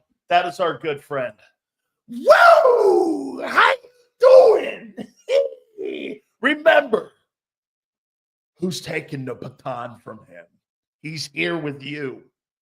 Thank God they hate it. Just when I thought, hey, you know where I am right now with JAKIB? Just when I thought I was out. They pulled me back in. They pulled me back. They pulled me back. Hey, I'm Reyes. I gave my daughter gabagool the other time. We went out to dinner. We don't really go out to dinner a lot any longer, but so we decided to go out to dinner. And she had gabagool. And it was great. I was like, hey, how you doing? Hey, Xander. Hey, look at Xander, what he's done. This son of a bitch has done something to me. Do you know what Xander Krause and his old man, Mr. Rue? Mr. Rue's giving me shit yesterday to give Xander shit on the postgame show. Hey, what happened to that defense? I mean, like a true Philly. These guys are totally Eagle Philly fans. Don't think they're not. Holy shit. I mean, hey, what happened to that defense yesterday? I was like, okay. No, I mean, right. Hey, you know what they've done? They've given me an injection of rejuvenation. Like I'm taking testosterone or something. I don't know. Not that I need it, believe me. Do I look like a guy that needs it? I don't think so.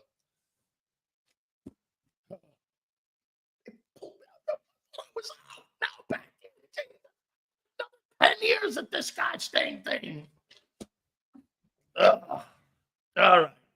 Gary Cobb will join us at 4:30. Then we're going to put our friend in, Xander Krause. By the way, performances of the weekend, playoff picture, and our topics. We haven't even gotten to our topics yet. How important was Jalen Hurts on Sunday? How important do you think he was on Sunday? All right. Don't forget, folks, our good friends at BetUS. We are powered these last couple hours and the next couple hours here with our friends at BetUS. Don't forget to check them out on the YouTube 150. We have teamed up with our friends. And again, folks, during this holiday time, especially with all the bowl games coming up and all the championship games in college football and pro football, you got to do the YouTube 150. YouTube 150, sign-up bonuses up to $2K. Your second and third are 125%. 200% if you're into crypto. Home of Michael Vick. Congratulations. Norfolk State's new head football coach. This is the home for Michael Vick. BetUS.com.pa. That's BetUS.com.pa. Fastest payouts in the business. 24/7 personalized service, 365 days of the year. Live wagering on all major games. BetUS.com.pa. That's BetUS.com.pa. Do me a favor. Tell them Big Sil sent you. If you missed any of today's show on the JAKIB Media channel, listen to the podcast on your way home. Available on YouTube, Apple, and Spotify. Ignite your nights with free live entertainment daily, only at Live Casino and Hotel Philadelphia's Center Bar. 7 days a week, enjoy some of the region's top party bands, performers, and DJs as they take the stage in the heart of the casino action. Great cocktails, live music, and lively moments. It's all happening at Center Bar at Live Casino and Hotel Philadelphia. Visit livecasinophilly.com for more details and the complete list of upcoming events. Must be 21 or older. Gambling problem? Call 1-800-GAMBLER. The following is a real testimonial from the father of a young injured victim. I didn't think she was going to make it. Major Perry's daughter was the victim of a horrific accident caused by someone else's negligence. If you don't find the right counselor, law firm that you're looking for, you will get lost in the wilderness. Badly injured? Call the Fritz and Bianculli Law Firm at 215-458-2222 and find out why they say, "We got this." In our hometown, we all look out for each other. We step up to keep our communities going strong. And at Independence Blue Cross, we're here to keep you going strong as the #1 health insurer in the region. No IBX is always looking out for you.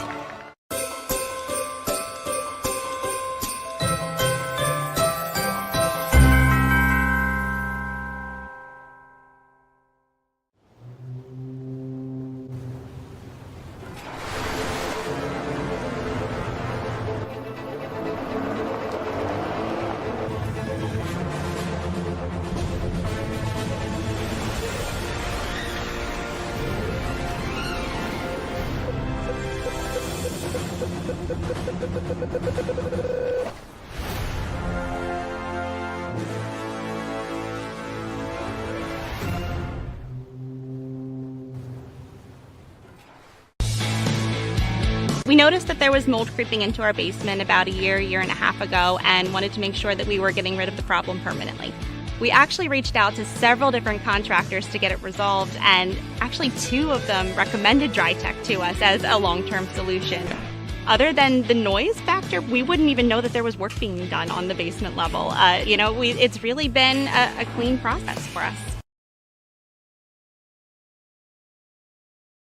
Score and save this football season on your car insurance. Before the next game, save up to 40% on your auto insurance policy. That's right, 40% savings. Call an Audible this season and contact the Del Val Insurance Group. They're an advocate for you, not an insurance company. That means they'll get you the right coverage and save you up to 40%. Call managing partners Fran or Jim of Del Val Insurance, 215-354-0122, or score and save at dvigi.com. dvigi.com. EAGLES. Eagles.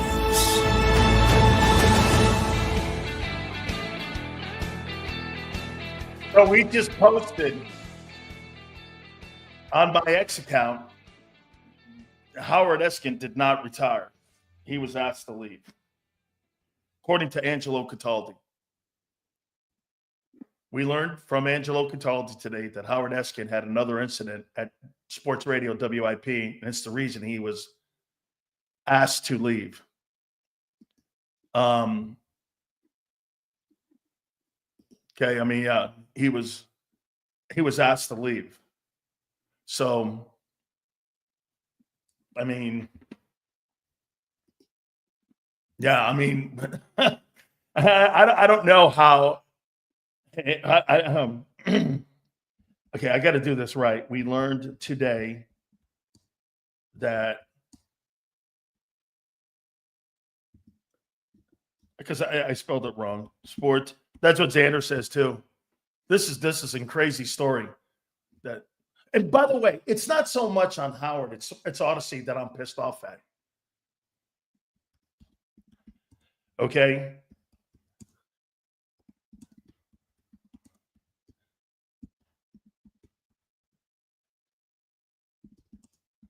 And was asked to leave.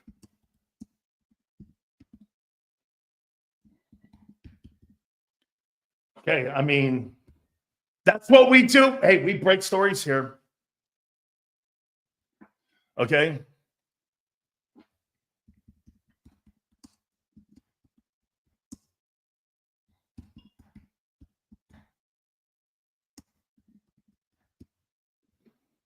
Hey, this is incredible. Okay?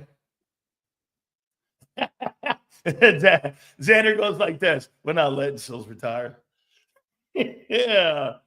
We're not letting Sileo retire. Yeah, I know they're not, man. This guy's got me working. I mean, I don't even know if I'm working Christmas. I have no idea. Yeah, so I wanted to be fair here. And by the way, when you do something like this, you got to have a source, because I don't want it to be me. Okay, we learned today that Sports Radio Howard Esin had another incident and was asked to leave, per Angelo Cataldi. Okay.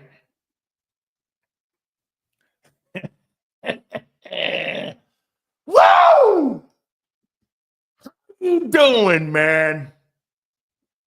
What's it say? Sills better be working. How you doing, man? Damn. People, by the way, Angelo's love for my work is incredible. Okay? Sills abuses the chat and nobody bats an eye. Hey, M. Reyes, you know why I abuse the chat like you, dickhead? Because you get a chance to abuse Big Sills. Put your big boy pants on. Don't wear a skirt, honey. This is full battle fatigue sports talk. You can't fucking handle it? Go put your skirt on and put your heels on. And by the way, that's no disrespect to Sue, who wears army boots. She won't wear the red bottoms like I want her to. You do it. Stop it, Sills. This is abuse. Can I tell you what M. Reyes is? He's a battered fan. He comes here every day to have me batter him. It's an abusive relationship we have here. And then he turns around and kicks my ass, and I'm the same. I'm guilty too. Hey, I'm guilty too, man. Okay, I'm in an abusive relationship with you guys. What do you want from me? Okay? What do you want from me? This is abusive. All of it. Holy cow. All right. So, hey, by the way, bottom of the hour, our good friend Gary Cobb's going to join us too. We'll get his thoughts on it. Wait till this thing. Hey, this thing here. Oh, man. Oh, it's blowing up. It's blowing up. We learned today that Howard Esin did not retire. I didn't say retire. We learned today that sports radio Howard Esin had another incident and was asked to leave.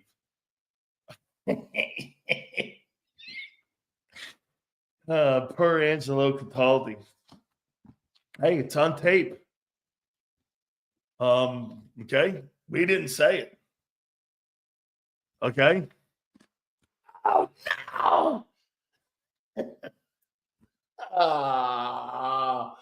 Hey, this thing's gonna blow up, you understand? Oh, wait a minute here now, too. I better pull it. I better add this little tag to it, too. And the Eagles couldn't save him. And Bob Lang. And the Eagles couldn't save him.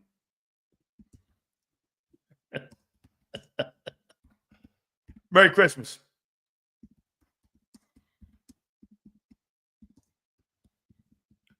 I'm going to put Merry Christmas.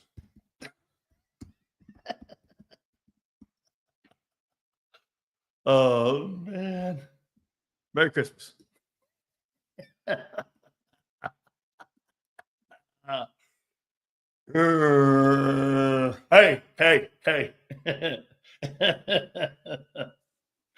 Oh, man. All right. Let's get back to work. It's this thing. By the way, do me a favor. Keep an eye on this because this will be exploding.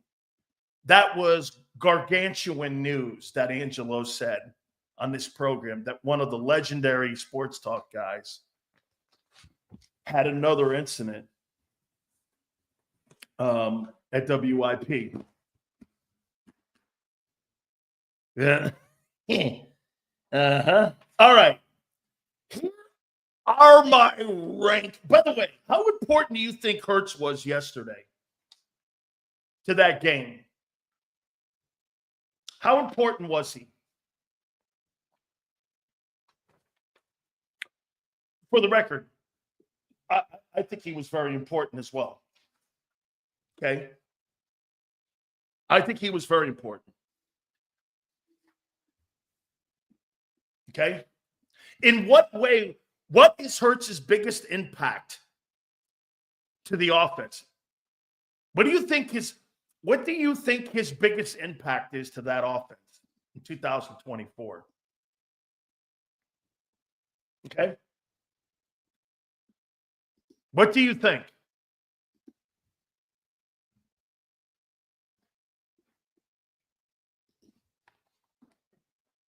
Extending plays. I love that. Running. I think that's the same. RPO. It's kind of the same. Wishbone. Threat of the run. Leadership. Next time, slide. Hey, how many times has Tom Brady come out and made points that these quarterbacks today don't do a great job at getting down and sliding? There you go right there. Big C, I'm going to take that one. Sustaining drives, extending drives. To me, in my opinion, that's his biggest aspect, an asset that he has. Okay? That's the biggest asset he has and brings to an offense. There's no question. When he left, Washington was able to do exactly that. And they brought a safety down and put him down in the box. And look, I know I was kidding with a lot of people on X, and I was telling them that, hey, Pickett did not have. Pickett was very good for what he is. You guys are crazy. Pickett played really well for what he is. Okay? You know who really played the best football for what I didn't think he was? That backup number 3 wide receiver in Washington. That guy was the star of the game. Okay? He was the star of the game because nobody knew who he was. Got 2 touchdowns and 70 yards and catches. He outplayed Terry McLaurin. Oh, I mean, he was the star of that game. That guy was not supposed to be that good. You cut him. You cut him. He was not supposed to be that good. I mean, hey, James, he was by far an upgrade over Dotson. Okay? I mean, he was great in that game.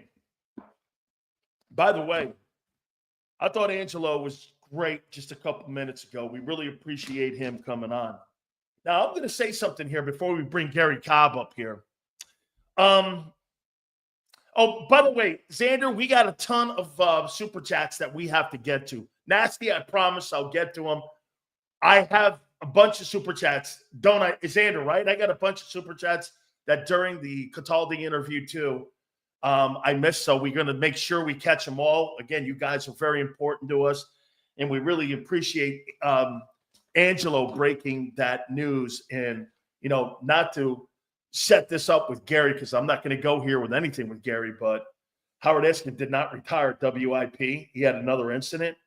And according to Angelo Cataldi, that's why he was asked to leave. He did not retire. As much as people want you to say, and the Eagles couldn't protect him this time. That was big news from Angelo. So I'm sure that is going to get around because Angelo came on the program and said that, which was pretty incredible, especially a guy who helped start WIP. I mean, Gary Cobb, who's coming up here next, was also on WIP for many years as a broadcaster too. And then obviously now with Fox 29. So we'll leave that there. But I say this to Gary here real quick before we bring him up. The Eagle defense gave up 36 points. How in the world do you get 5 turnovers? You run the ball for 200 yards. You score 33 points, and you lose. So I'm not going to set my question up for Gary. I want to hear his feedback. Fox 29's own Gary Cobb, our dear friend, one of my childhood idols. I love that is Gary Cobb. And Gary, I just painted this thing out here. You go for 200 yards rushing, yet you give up 36 points. You have 5 turnovers. It's the first team, Gary, since 2010. Get this. It's the first team since 2010 to have 30 or more points, create 5 turnovers, and lose. What did you see in that game on Sunday? Well, you know, the CJ Gardner-Johnson thing was huge for him to, you know, be out of there because you see the mistakes they were making in the secondary. You know, they weren't able to get really any serious and consistent pass rush pressure on Jaden Daniels, and he's the one that really, you know, took them apart. And you see he's throwing the guys that were wide open on that last play. How can you have somebody that open? It's because you got guys that don't know what they're doing back there.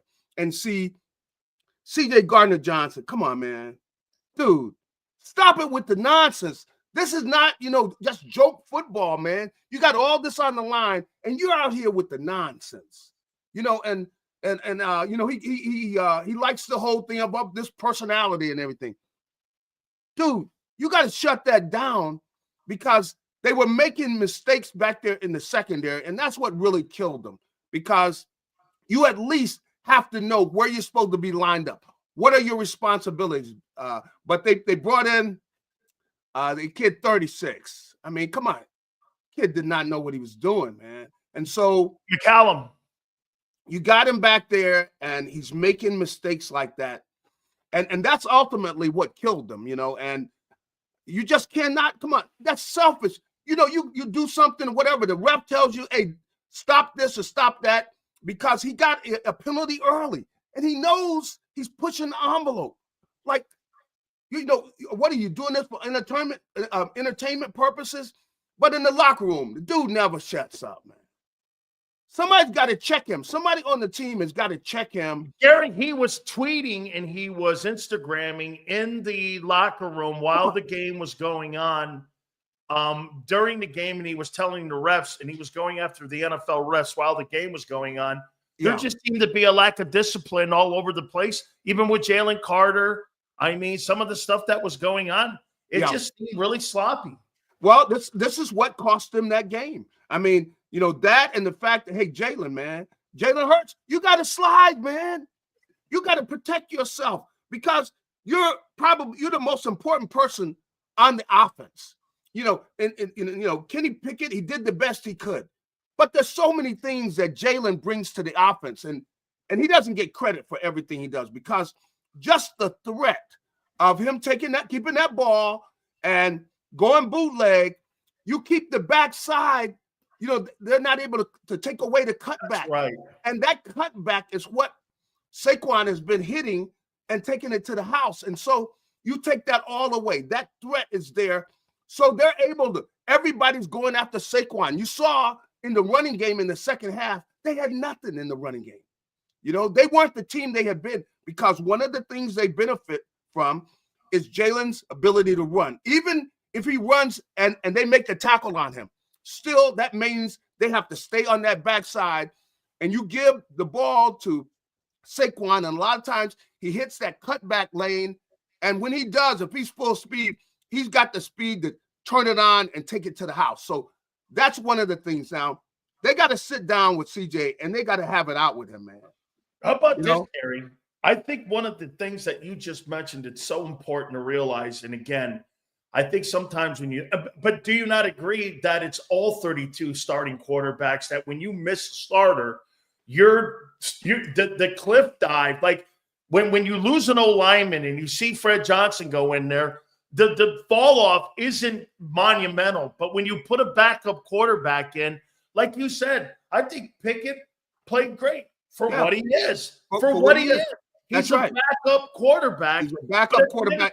Like you said, they dropped the safety. Instead of having two safeties, they dropped the safety down, Gary, into the box. Right. They were playing back there with one safety. You're right. If any legitimate quarterback was in the game, they'd have ripped that thing apart. So, I mean, you're right. Everybody's got to be willing to sacrifice what they got to sacrifice to win. It's got to be about winning. It's not about you going out doing all this nonsense. You know, that's not what it's about. You're too important to the team to do that.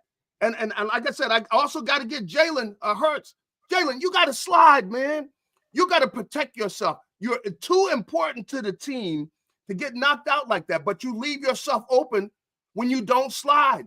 And they've got the rules in because the league wants to protect the quarterbacks. You got to take advantage of that. You've got to slide. When you're running like that, there are chances when you could get hit. But if you slide, they're going to protect you. And those are two key points. Those two guys, that's why they lost the game. Come on, they were ready to blow them out of there. Yeah. You know, they were ready to blow them out of there. But but when Jalen's not in there, you know they had to limit the passing game. They had to limit what they could do because Jalen's able to take on the entire offense, whereas when Kenny Pickett goes in there, he hasn't been practicing these plays. So that limits what they can do. And so you didn't see the Eagles team really, their offense, and it really says something about all the things they can do with their offense. They're capable of, they would have put a 40 spot up there, and they would have ran out the clock too. There's no way they could have come back. How about this one too, Gary? I think it shows you, like you said, with all the intangibles that he brings to the offense. I'm talking Hurts. Yes. But it also shows you that, hey, man, 33 points, 200 plus yards rushing. Yeah. You weren't very good on third down. You were like 3 of 13 or something on third down. And the penalties, you gave up 100 yards. Doesn't that show you? It doesn't matter how many turnovers you get off that team. When you have 3 and outs and you have 10 penalties, you give the opposing team opportunities at drives. That's what lost that game. And he sustains those drives, doesn't he? He sustains those drives because they're able to run the ball more effectively. And they when they get the ball, they're going to have it for a while. The drives are going to be long. And the other thing that's going to happen is they're going to complete the drives with touchdowns. Those are not just going to be field goals. Those are going to be touchdowns where at the least they're going to drive the ball down deep into your territory and eat up a lot of the clock. And that's what happens. That's the kind of ball they've been playing. And that's why they've been winning so much, is because they wear down the other team's defense.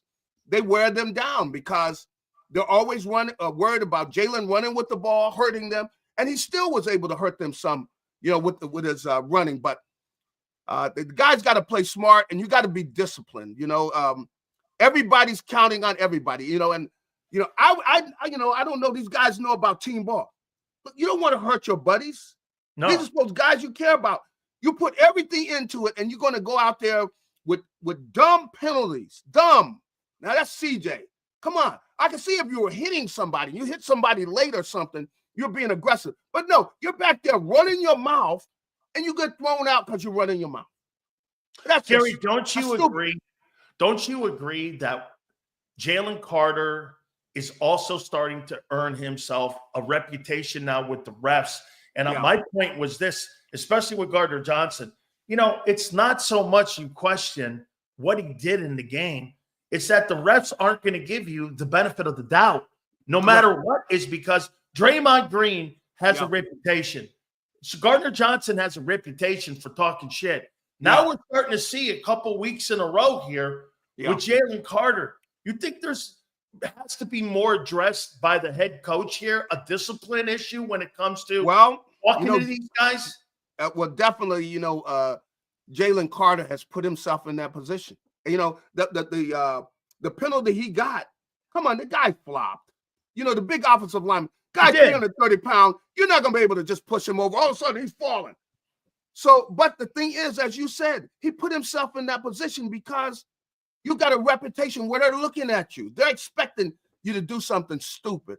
And the guys got to care about their teammates. Who wants to be the guy that costs you the game? And you got to face your guys. All the stuff you put in to winning. And they've been putting everything in, guys out there working. Look how much they've gotten better. Everybody doing their job. And you are going to do things that just over stupid stuff. He hit the guy last week. The guy's got the helmet on. You didn't hurt him. You're not hurting a guy like that. So you got to play smart football. And it's got to all be about winning. And unfortunately, I hate to say it, but, you got guys where it's better to have less of a player in there playing that doesn't beat you like that with the stupid penalties and things, because those penalties kill you. And then especially if you got a guy that's been doing all the reps, getting all the reps. And that's why you look at the game with CJ Gardner Johnson out of there and with Jalen out of there. Those two players out, it hurt them. And ultimately, that's what cost them. Because if those guys were in there, they would have won that game. They're a much better team than the Commanders. But you got to give them credit. They took advantage of the opportunities, and there were a lot of them they were given, and that's why the Eagles lost. Gary, do you agree, though, that you walk away from this game going like this? It's self-imposed and self-inflicted here that you walk away going, that team wasn't the better team. That's right. Right now, it looks like the Eagles are playing against themselves. And I said this earlier, and I go, it could have been the Commanders. It could have been the Panthers. The level of success that you have to have and what they've had for 2.5 months has been remarkable. You are going to have these kind of moments. So for you, do you just walk out of this, burn the tape, and walk forward and go, hey, let's address it. Let's talk about all this stuff here. We got Dallas coming up. A wounded Dallas. They played a lot better against the Bucs, and then you got the Giants at the end. That loss hurts us now because now we're behind Minnesota and Detroit for home field, though. But is that the game you just walk away from and go like this? Hey, man, let's just move on to Dallas now. That ultimately that's what you got to do. You got to talk to guys about making sure we do not beat ourselves. And CJ, maybe he needs to put tape on his mouth or something. Come on, shut up. And, you need other guys there on the defense. Hey, man, shut up. You know what I mean? Somebody's got to straighten them out because you can't have that. And with all the things you put into, you got to have the leaders. They've got to sit down and they got to have a talk with him because this team even with that loss, they see that if they play the level they're capable of, they can win this whole thing. And if you got a chance that you're one of the teams with a clear opportunity to win the whole thing, whatever sacrifices you got to make, you make the sacrifice, But that's got to be the mentality, and guys got to talk to him going, do you want to be the guy that costs us a ring over some nonsense? I mean, yap, never shuts up. In the locker room, yap. You go in the locker room, dude, would you shut up? Gary, I blame him more for that loss than any player in the building, and I'll tell you why. Well, the replacement they targeted for the game-winning touchdown, and on top of that, some of the other plays. The other plays that you were in there, too. Yeah. Sportsmanlike, you got 30 yards in penalties. You had to replace a guy with a lesser guy. And by the way, I mean, the safety position, they attacked it the entire time, and that's where Daniels went across the middle. I mean, that's right. Notice in the numbers, Gary, he wasn't throwing to the numbers. He was throwing in the middle of the field to the safety position once Gardner Johnson was out of there. That's right. So at the end of the day, you look at that player, and that player was monumental in that way that football team played. So I just ask, I mean, to me, it's so hard to get there. See, it's so hard to get there. Come on. You got all these pieces in place where you got a chance to win this thing. You're clearly one of the best teams in the league. Now, aren't you going to be willing to go to that extra mile? Because it's so hard to get to that point.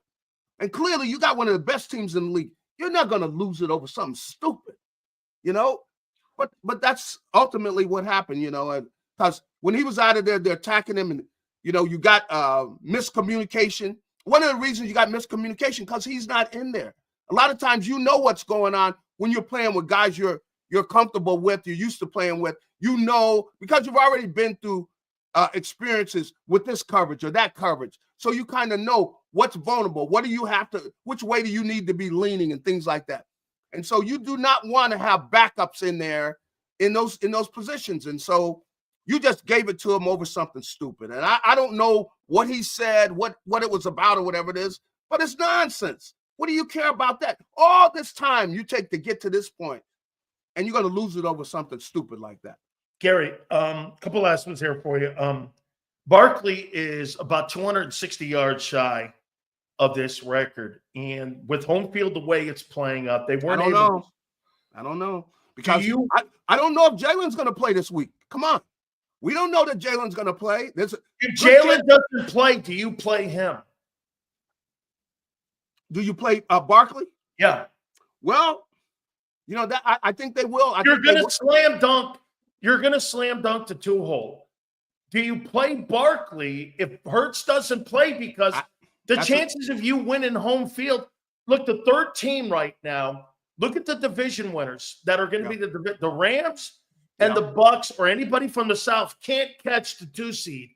They can't catch it no matter what Minnesota does. Minnesota, get this, Gary. Minnesota could be a 14-2 or a 15-2 team or 15-3 team, 14-3, and a 5-hole team. Yeah, because they're a wild card team from the North. That's right. So if Hurts doesn't play and you're the organization, you want to get a little extra rest here and get more reps for Gainwell, maybe in Shipley against this Cowboy team, do you put your guns in there? Well, and maybe even rest Lane. You might do that, but I tell you what, Jaylen, you're leaning towards not playing him. You don't want him groggy. No, going later. You don't want that. You want him sharp and healthy, and you don't want where he's, there's a maybe this, maybe that. If you're not sure, he doesn't play. And that's why I say there's a good chance he does not play because Gary, this, when you have an injury, you're kind of like you're protecting that injury, and that's how you get another one. Well, that's true. But like I said, with the concussion, come on, they're guarded about the concussions. That's why they went in and they didn't let him back in. They're guarded about. He's got to pass a rigorous test in order to get back on the field. They're not going to be playing around, and I got to give the league credit that they do that. You're protecting the guy for himself, and so I would say right now I would lean towards chances are he's not going to play. So if he doesn't play, they're a different team. Their running game is not as potent because they don't have that run threat. And for Pickett to, you know what, Pickett, he had an injury too, or what is it, ribs or something? Ribs. So they're looking at him too. So there's no guarantee that either one of them is going to play. I'll tell you that. Now, if that doesn't get your attention, and it lets you know though that Jalen's got to protect himself. If he's going to be running, it's got to be emphasized. And I know they probably emphasize it to him here on this one play. He doesn't, and all of a sudden he gets hit in the head, and his head hit off the ground. That's where the concussion occurred at. So, You think it's a strong chance they don't play him against the Cowboys then? I do. I mean, when I look at it, he's got to pass a test, and usually, that happens late in the week. Yeah, Thursday. Yeah, and so I would not be shocked if he does not play. I would not be surprised at all if Jalen doesn't play in this game because he's got to pass that test, and for his own, future and everything, they are not going to. If it's close, you better believe they're going to say, no. But then does that affect the rest of the starters then? Do you put AJ and do you put Devontae out there with lesser guys? I mean, Gary, I think they're going to be out. They're going to play. Yeah, I think they're going to play. Yeah.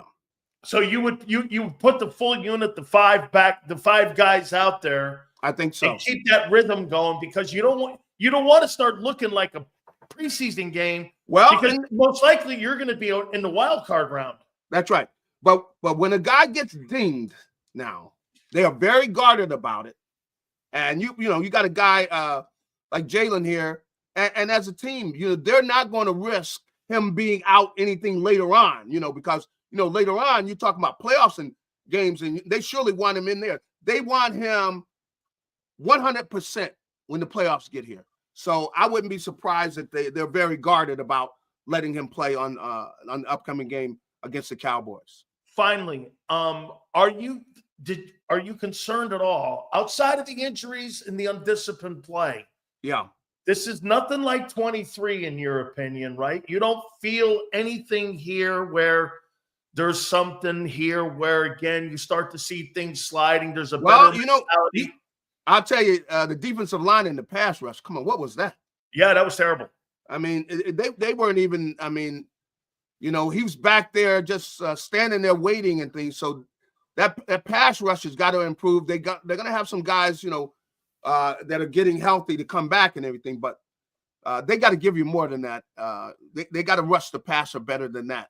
And with the way that the secondary was playing and you got, guys not sure what they're doing, I think that the Commanders were pretty confident that they were going to have succce. Only Slay played well. I mean, the rest of them, I think they all got worked over. Yeah, and they McLaren, beating the kid pretty bad over there, and this is a lesson, when you got a young team, and they've got to realize they got to be focused, and everybody's got to be realized we want to win. We're not letting anything else distract us. That's why CJ, dude, what are you doing, man? Yeah, it's terrible. Nonsense. Somebody said something to me, so I'm gonna get myself thrown out of the game because you said something to me, dude. Well, all we've done to get into this position where we're battling here for the number 1 seed, and you're gonna get thrown out because somebody said something to you. If they can do that, they can get you thrown out of every game because somebody said something to you. Man, come on. It's just totally unprofessional, and that's losers. That's the way losers do. Gary, I've got to ask you one. I want to sneak one in on you here. I asked Angelo Cataldi this, and I'm going to ask you this. Mm-hmm. Andy Reid, he's 14-1. Yeah. Is it the kid, or is Andy that good of a coach? Was he that good here? Or is it the kid? Because, look, I mean, he did a lot of great things with McNabb, but not enough. We all know that.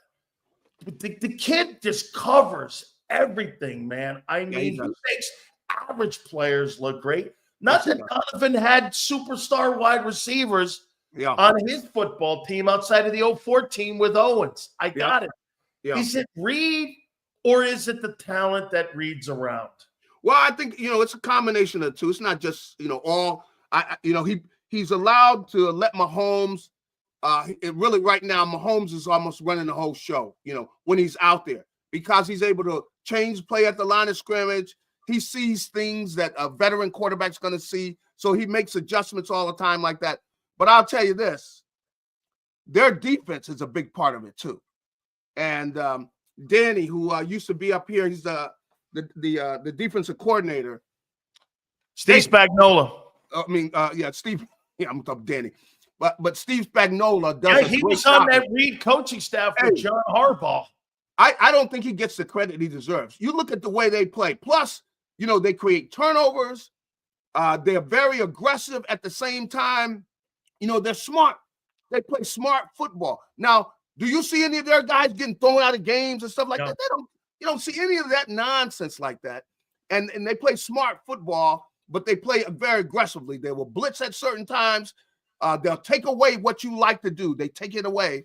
And so it's not just the offense. It's their defense that plays a major role in why they win all the time. And if you get in a big game with them, you better bring your best game, because they are going to be prepared. They do a great job there. And that's one of the big things with Andy. He's very demanding. If you're going to be in there, you're going to know what you're doing if you're going in there, or you're not getting anywhere near the field.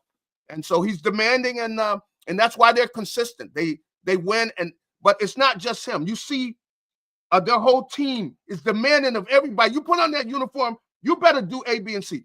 They're not going to be tolerating this nonsense that you saw with CJ, or for that matter with Jalen, hitting somebody late. And they're going like, dude, man, we don't have any time for that kind of nonsense.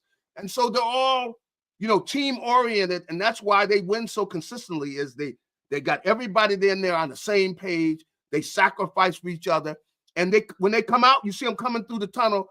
They're prepared. And clearly, you had the injury, and those kids in back of CJ not ready, man, not ready for prime time, and you leaving people open. Oh, I thought you had. Look, you're supposed to be pros. You're supposed to know what you're doing. And you imagine the guys that the guys turn around and see you arguing. You left a guy wide open, man. Come on. It was undisciplined football, and they got the Cowboys this week. So, hey, Gary. And the Cowboys are playing well, too. The Cowboys are playing well. This is not going to be any kind of walkover. No, so they took care of a team that beat the Eagles this past weekend and the Buccaneers. So, if you're going to head into this game, you better have your chin strap on, because that's right. It's a rivalry football game, too. Merry Christmas to you and your family, Gary. I appreciate it, and I love you very much. Thank you so much, my friend. All right, Dan. Go get him, baby. Man. Thank you, Gary. I appreciate it. That is our friend, Gary Cobb. We appreciate him so much. Make sure you check him out on Fox 29. In Philadelphia, I've got a bunch of live if I'm not mistaken, Xander, I think we got a bunch of super chats that I got to get to too. Hey, Xander, whenever you want to jump on till the top of the hour, we'll do it now here, and we'll do some of these supers, by the way. But first and foremost, I want to get his takeaway 24 hours removed, because this morning Xander told me before we went on here that he got a chance to watch the game again. And it's always good to do when you watch it live, and then when you go back and see it again, you get a chance to kind of go back. You get a chance to kind of watch some of the techniques, and you get to see some of the angles that some of the guys – I didn't think it was very good tackling. I watched half the game this morning, and I just didn't see it. It's like when Hurts went out, it took them a little bit to gather themselves, both defensively and offensively. So, again, we've got some supers that we're going to read here. Guys, do me a favor. Please hit the like button. Without further ado, our friend Xander Krause from Birds 365 joins us now. Appreciate you doing that, brother. Thanks so much. Happy holidays to you. I guarantee you're like me. You do not have your Christmas shopping done.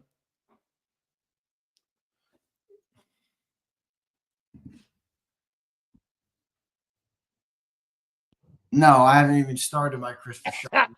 Let me connect my other good mic. But yes, I am very much like you in that regard, Big Sil, that I have not done any shopping, and I have some things to do, to put it mildly, when we get off here.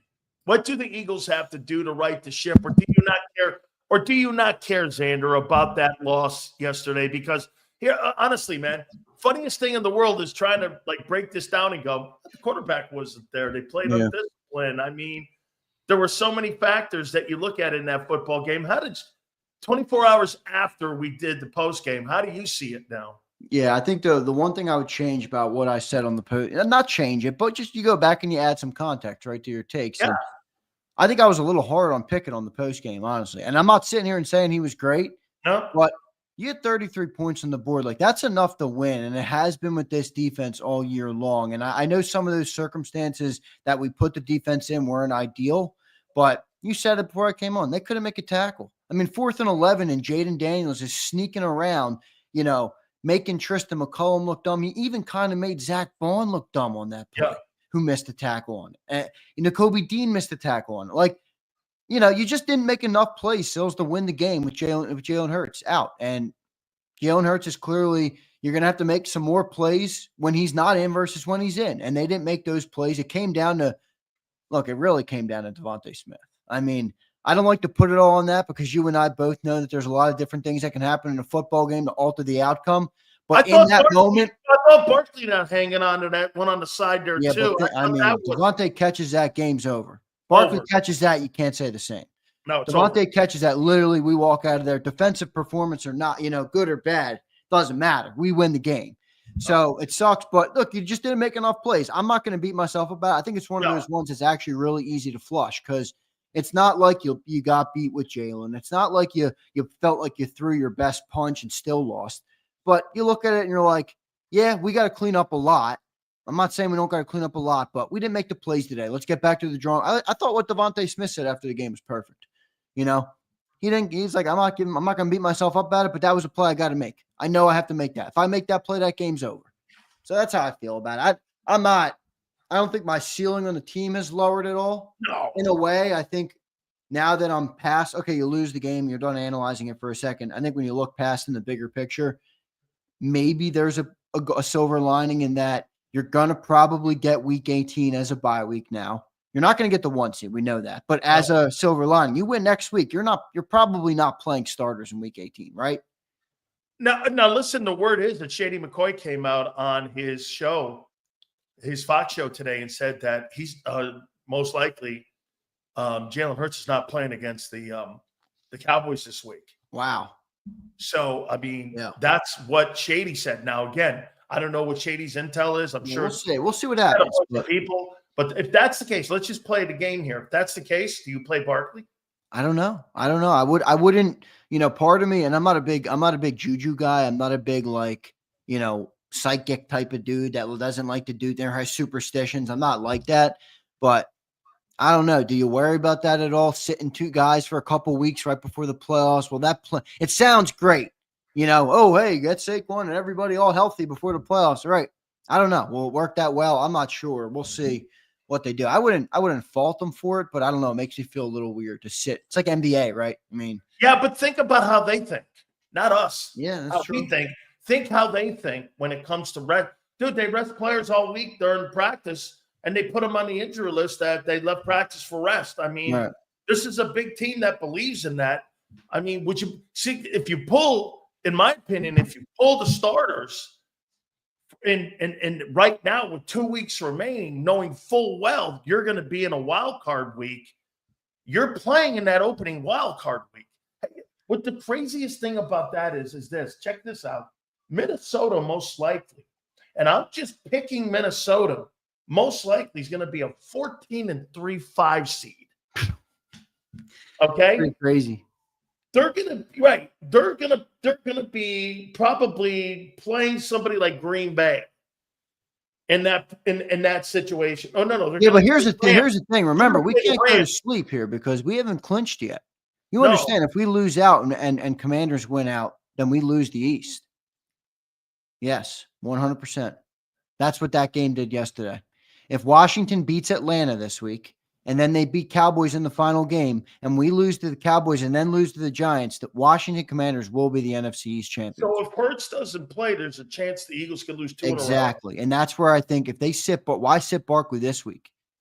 No, you're right. You're not. You got to get the East because you don't want to be. Yeah, you don't want to move that. You don't want to move that pressure to week 18. No way. Even with the shitty Giants. Yeah, Falcons won, Abe. And I see my man, Wayne the Pain. Wayne, I just shipped out your stuff, my friend. Appreciate you. Appreciate you, Wayne the Pain. And then all 5 winners. We had 5 winners. Wait. I mean, what if Big Sills' predictions could still come true that the Commanders win the East? It could still come true. Yes. That is not ruled out yet. Oh, hey, James, don't go to sleep on Big Sills yet. Yeah, that's about the same long shot, the Eagles losing the East, as the Eagles getting the 1 seed. It's kind of the same circumstance in a different way. Where here's my impact that Hurts makes. By the way, we'll do your supers, I promise, by the top. Yeah, I don't got much time because we got the night show tonight, so we'll have Sal Palantonio on. Yeah, we'll make sure we get it in there. Here's how the game was won here, and here's his impact. Now, look, I love the false narrative going around. Look at the impact that Hurts. Look at the impact any of the 32 starting quarterbacks have, especially on the good teams, if your guy's not in there playing. There is a gigantic fall off. And like I said, I had no problem the way I thought Kenny Pickett played great. And you're like, Sills, he didn't play great. For who he is, yes, he did. He was a backup. He kept you in the game. You had a chance to win it. Vontae should catch the fucking ball. He gave you the lead. They drove the ball. And to your point on the postgame show last night, football sometimes come down to 5 or 6 plays. Absolutely. Kenny Pickett made plays in the last 2 drives. Those are the most important drives. No Devontae Smith. You're telling me that Kenny Pickett delivers a ball to Devontae Smith to win the game. If I told you that could be the scenario, if I said to everybody in the chat, okay, we're going to lose Jalen Hurts, but we'll have a chance for a 6-yard slant. Devontae will be wide open, and Kenny Pickett will deliver the ball perfectly. Will you take that scenario right now to win the game? Everybody would say yes. Absolutely. 9 out of 10 times. Kenny made plays. 9 wasn't good. I don't want to be misunderstood. He also wasn't good. I'm not saying he was good, but he made enough plays. What you're asking him to do, but 9 out of 10 times Devontae makes that play. Exactly. I would say even 9.9 times out of 10. I mean, that's a 99% catch right there. Here's where the game, and here's Hurts' importance. This 3 of 16 on 3rd down, and when you have 10 penalties for 91 yards, well, why do you think Jaden Daniels played so great? Because they got the opportunity to get the ball back to him, and you kept turning the ball over in 3 and outs. Yeah. You understand? You gave him 8 different times to make up for the 5 turnovers that the Commanders had. You gave him 8 chances to make up for it, and they did. They took advantage of it. They absolutely did. And he played. And by the way, he played better. Okay? I mean, he went – you know what his smartest thing he did was? He wasn't trying to get the ball to McLaurin. He was trying to get the ball to 2 and 3. Because he saw what was going on when Gardner Johnson got thrown out of the game. That was one of my other takeaways from my rewatch was that Jaden Daniels is pretty damn good. He's a good player. Yes. He's a good player, man. Some of those throws that he made in that game. How about that one throw, by the way, that went as an incompletion? And it was over on the right side. I forget exactly what the scenario was of the game. Somebody can help me out if they remember what I'm talking about. And Jaden's rolling right, and there's a tight window. And I want to say it was Crowder who was trying to make the catch on the sideline. And it reminded me of the Carson Wentz throw to Miles Sanders in the back of the end zone, where he just throws a dart and it goes right between the guys. And then Crowder he almost wasn't ready for it. It was such a missile, but he makes big throws, man. He's a good player. He's going to be if he stays healthy, he's going to be a tough guy to deal with in this division for a long time. But I welcome it. I like it. I think it's good football, man. It absolutely is. All right, let's do these supers here because I believe I missed something. Are you concerned about our defense at all after that, Sills? No. You know why? Not a trend yet. I think there were too many facts. I want the discipline. You were right in the end about the whole Clint Hurt and Nick and addressing. It even more get magnified now. And I hope people got my point earlier about undisciplined, especially with a guy like Carter. You know, someone goes, Jerome was undisciplined. I know it cost him his life. Okay, so I thought that point you made in the open was so powerful, and I feel like it went over some people's heads. I mean, that was about as good of a point as you could deliver on being an undisciplined. It's not just about being an undisciplined player. It's about life. It's about being an undisciplined person. Right. It's about microcosms that tell a bigger picture on your life. And ultimately, one of those times is going to come back to bite you in the ass. And I believe you say it out of love because I know you beat yourself up about some of the things you did. And you know what I mean? No question about it. No question about it, man. I mean, look, when Jerome Brown was an undisciplined person in his life. And like you said, sometimes look, Carter was too. He's in the car. Guy cost him his life. Exactly. That he's in the car. Okay.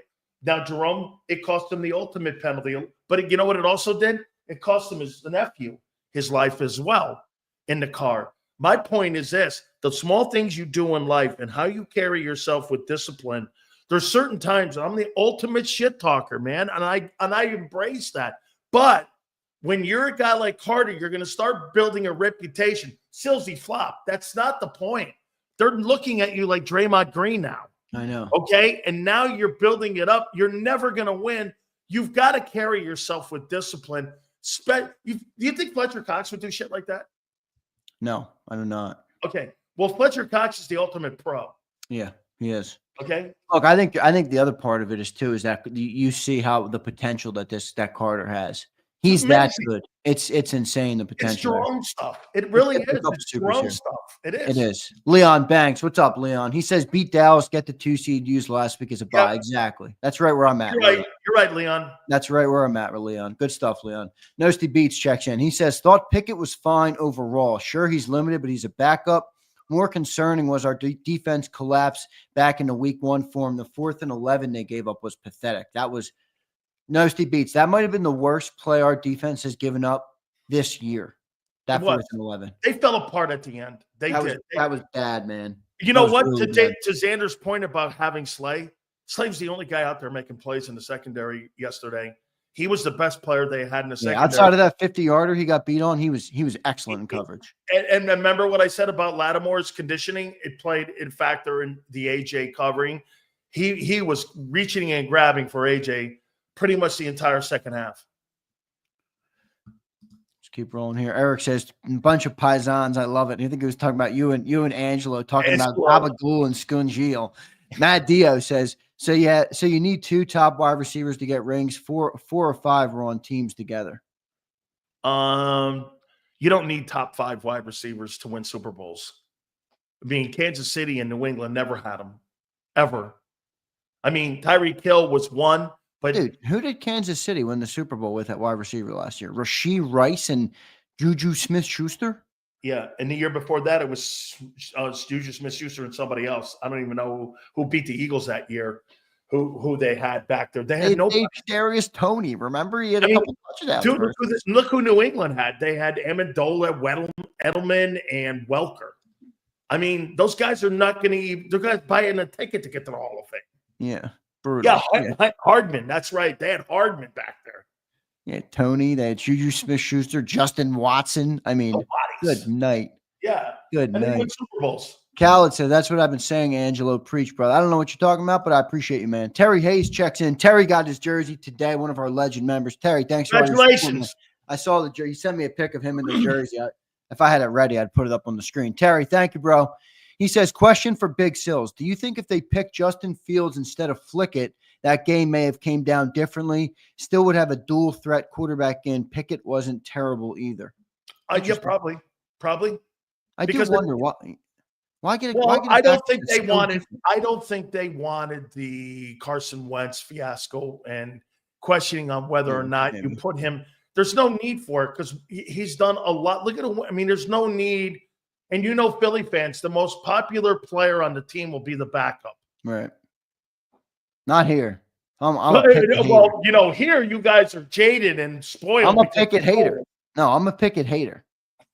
Okay. XS Chuck says $9.99, nothing. Thank you, bro. Thank you, dude. And then Paul said, Sills is a Giants fan deep down per his family. A little because of the Mars. Yeah, a little bit. I mean, yeah, Michael's Hall of Famer. Wait, this guy's getting out. Yeah, I mean, come on, guys. The Hall of Fame of New York. I think they're saying maybe that has something to do with your hatred of the Birds. Maybe because again, my uncle. By the way, you know my uncle was the MVP of the league. Are you admitting it? Do you hate the Birds? No, I do not. I think you do. I do not. I think you do. I think you maybe do a little bit. The Birds is shitty for my show. No, but you know what? I think it comes down to is I think it's one of those relationships where it's like I love you, but I hate you, motherfucker. You think it's Philly, New York? You think it's Philly, New York from my childhood? I hated Philly when I was a kid. I'm sure you did. I fucking hated sure it. you did. See, I've always my rivalry wasn't the Cowboys. I went to school obviously in Philly. I grew up in Philly, so all my friends were the same way. But I grew up differently because my dad grew up in the projects, all the way about a couple hours from here. He had one station growing up as a kid. That was the New York Yankees, the New York Rangers, and the New York Giants.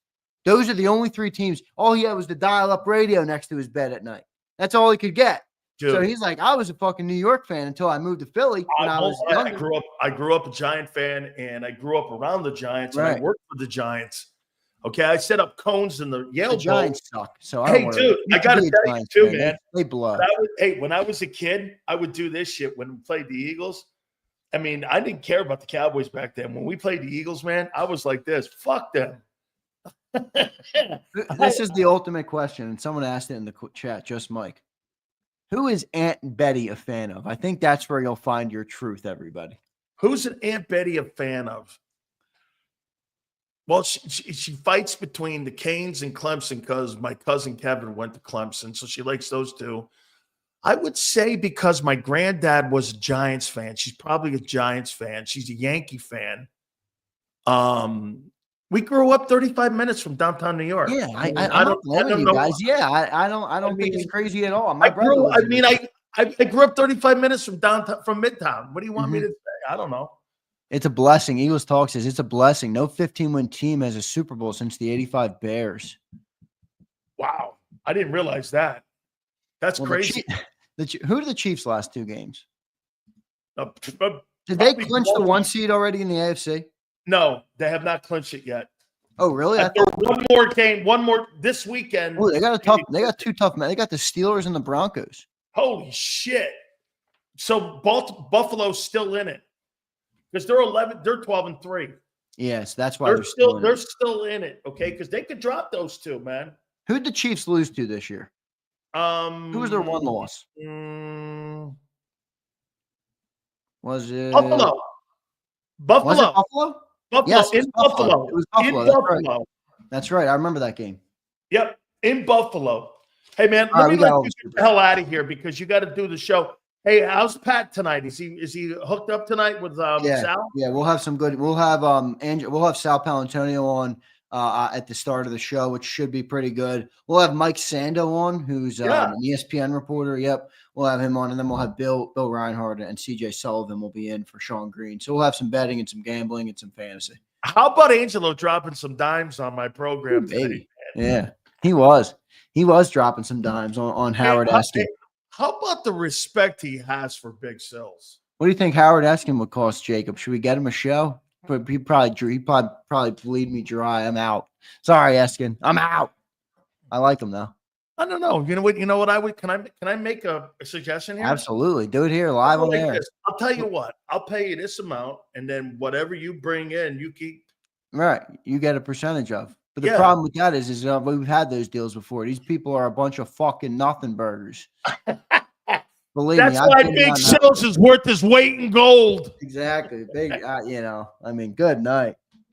Good night. Great show with Pat tonight, Xander. And by the way, for people in programming, tomorrow we're doing an hour show. Is that correct? Yeah, early in the morning. We're going to get out of here tomorrow. Probably like 10 tomorrow. We're going to do it Eastern time. Yeah, so we'll be just an hour tomorrow. We'll give away the Jerome Brown jersey tomorrow. I'm going to promote that tonight, Dan. All right, so we'll give away the Jerome. Make sure you're here tomorrow. All right, you got to be present. You got to be a member. So I'm going to promote my Miami people too. So get this, Philly. Let me get the. You're going to have to do something here that's going to be crazy because you know what I'm going to do?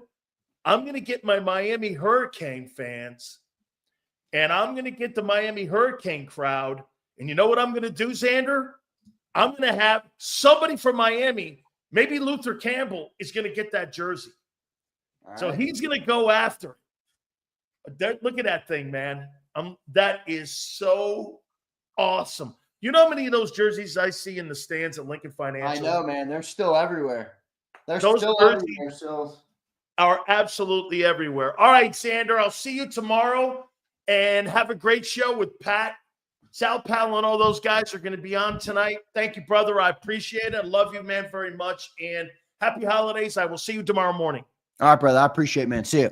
You got it. That is our friend Don't forget, from Bird Street 65, our friend Xander Kraus.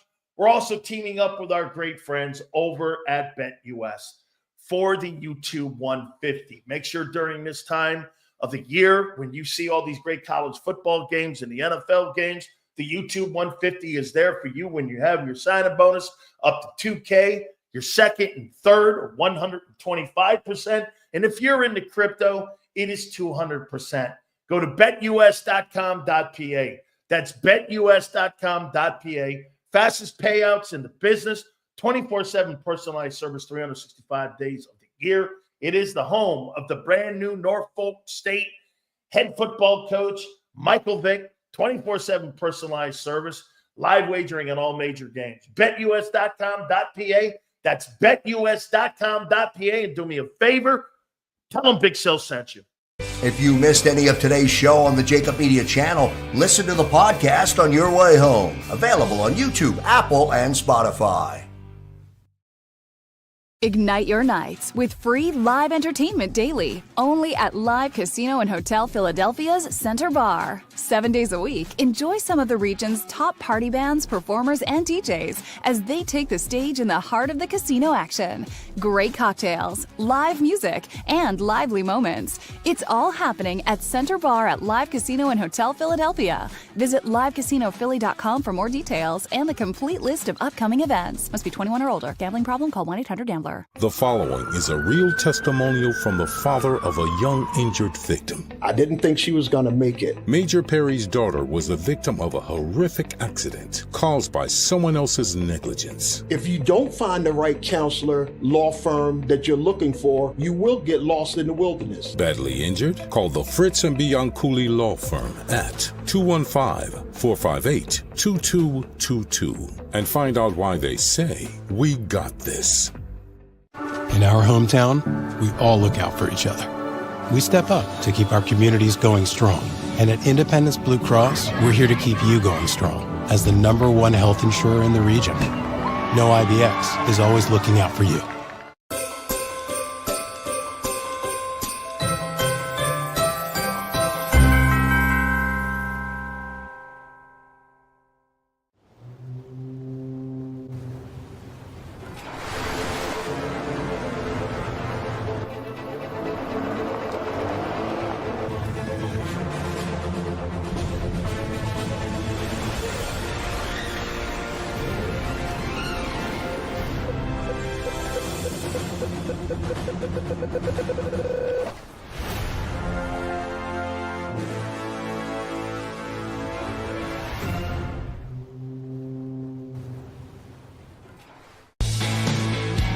We noticed that there was mold creeping into our basement about a year and a half ago, and wanted to make sure that we were getting rid of the problem permanently.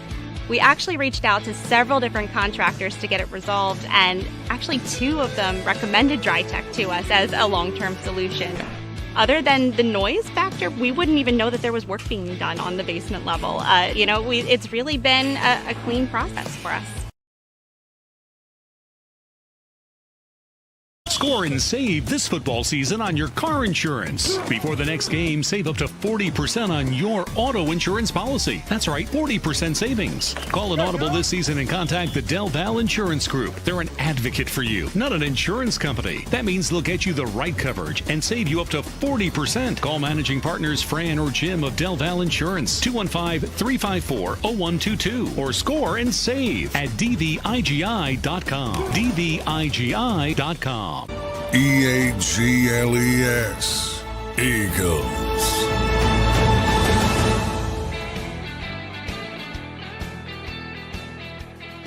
Big Sil's National Football Show. Please do me a favor and hit that like button. There were some great performances, too, also on Sunday. How about Joe Burrow right now with his Cincinnati Bengals? They're now 7-8. I believe they beat the Browns. 2 touchdowns or 3 touchdowns, 252 yards. Bengals making a run at the playoffs here. I mean, if they win the last 2 weeks, they go 9-8, they're going to make the playoffs. I think they have to have Denver lose.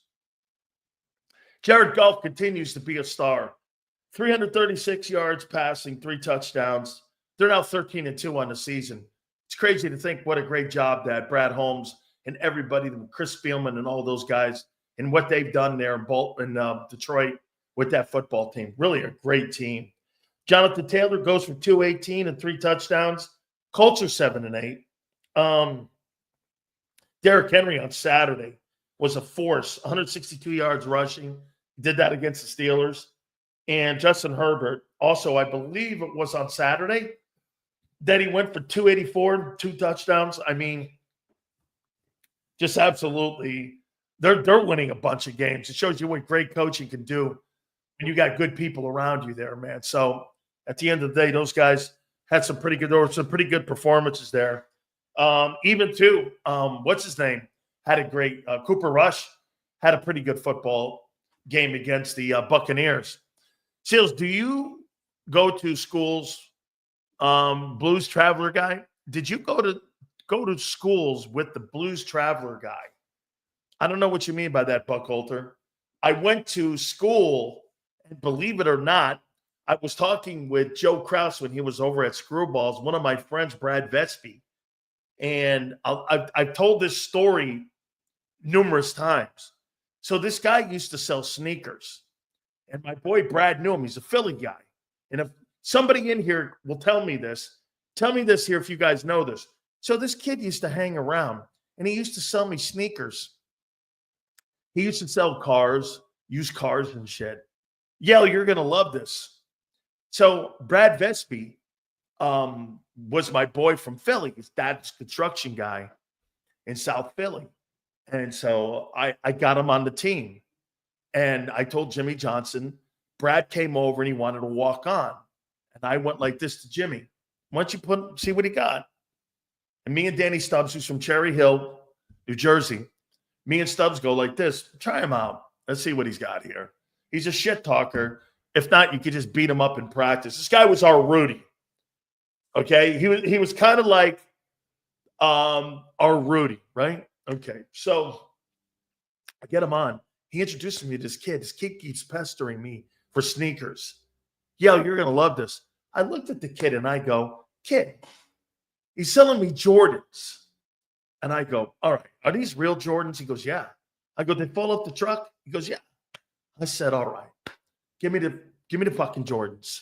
I think like that's like one of the very first pair. You know the red ones, the red and white ones? So check it out. You know who sold them to me? Worldwide Wes. What's he doing right now? He helped start CAA, and he's LeBron's main guy. Worldwide Wes. And I became friends with him. What's he do now? Yeah, this is what he did. He is the executive vice president of basketball operations for the Knicks. He's a former consultant for CAA. Worldwide Wes. Yeah, William Wesley. And yeah, he's born in Camden. And he used to go down to Miami all the time. And he would come and hang out with me. He'd always go like this. He'd go like, hey, Dan, can I hang with you guys? And I'd be like, yeah, come out with me. I used to take Worldwide Wes out with me. He was like selling sneakers. And then he turned out to be this enormous agent. And now he's the senior executive of the basketball operations for the Knicks and Madison Square Garden. Yeah. And he won't do interviews. So I've asked him 100 times. But every time I'm in New York, I go see him. Dude, he is so connected. I mean, like, Jay-Z loves him. He's boys with Jay-Z. Like, I mean, I was friends with the president of Rock Nation because of Worldwide Wes. Yeah. I mean, real big friend. The commissioner of the Big 12 right now ran Rock Nation. And he first initially ran, if I'm not mistaken, I think he ran the Panthers. And he used to come on my show anytime I wanted him. Brett Yormark is my friend, and he's the commissioner of the Big 12, but he also he worked for Jay-Z at Rock Nation. So those guys were my boys, man. John Popper went to Catholic High from 82, 86. That's right after me. I left there in 81. I left Catholic High, Buckhalter in 1981. I left in 81, and wait, 81. I left in 82, so I was a year before him. I loved Catholic High. Won a ton of games, 3 city championships, a state title. We were in the conference championship game, the FCAC. My 4 years there, we had 4 pros, 4 guys who would go on to play in the NFL. That were on a team of 33 guys. And 4 NFL guys on my team, in that Catholic High team. We played against teams that were like 4,000 or 5,000. We used to kill them. Here come the Catholics. Hey, I'm sure it's like Xander's school, St. Joe's Prep, where they recruit kids. They recruited everybody in the area. Every kid that was good, they recruited. Every kid that I played with got a scholarship. Every kid I played with got a Division I scholarship. We were a small. I think I had 150 kids in my graduating class. 33 of those guys played on my football team. Or maybe 400. Maybe it was 400 was on my graduating class, something like that. We had a really small school, but we would kick the shit out of Greenwich, West Hill, Stanford High, Staples, Trumbull, St. Joe's Prep, Connecticut, not Philly. Then we would play some New York schools, kick the shit out of them. John Bosco, I don't know if you guys ever heard of them. We beat the piss out of them. So anyway, yeah, man. Hey, also, here's the playoff look right now. Penn Charter produces a lot of good pro athletes. Hey, let me ask you this. Xander, put that if you can. Is there a Catholic league? They've kind of gotten away from those Catholic leagues. Back in the day, we had a Catholic league in Connecticut my freshman year. Then they stopped doing that. And we didn't play like New Haven Prep, and we didn't play any of those schools up north in New Haven. But do you guys have a Catholic league in Philadelphia? Those are old school that have those Catholic leagues still. I think Ohio still has some of them. Yes, SJP is the Catholic league. That's very rare. Do you see that today? Like, you don't see that a lot. PCL, Philadelphia Catholic League. That's pretty dope. That's great. I love that.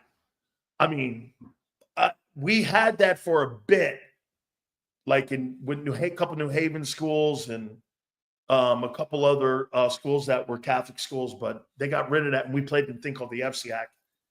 The FCAC is one of the greatest high school football conferences in New England. More pros. There's 7 pros from that.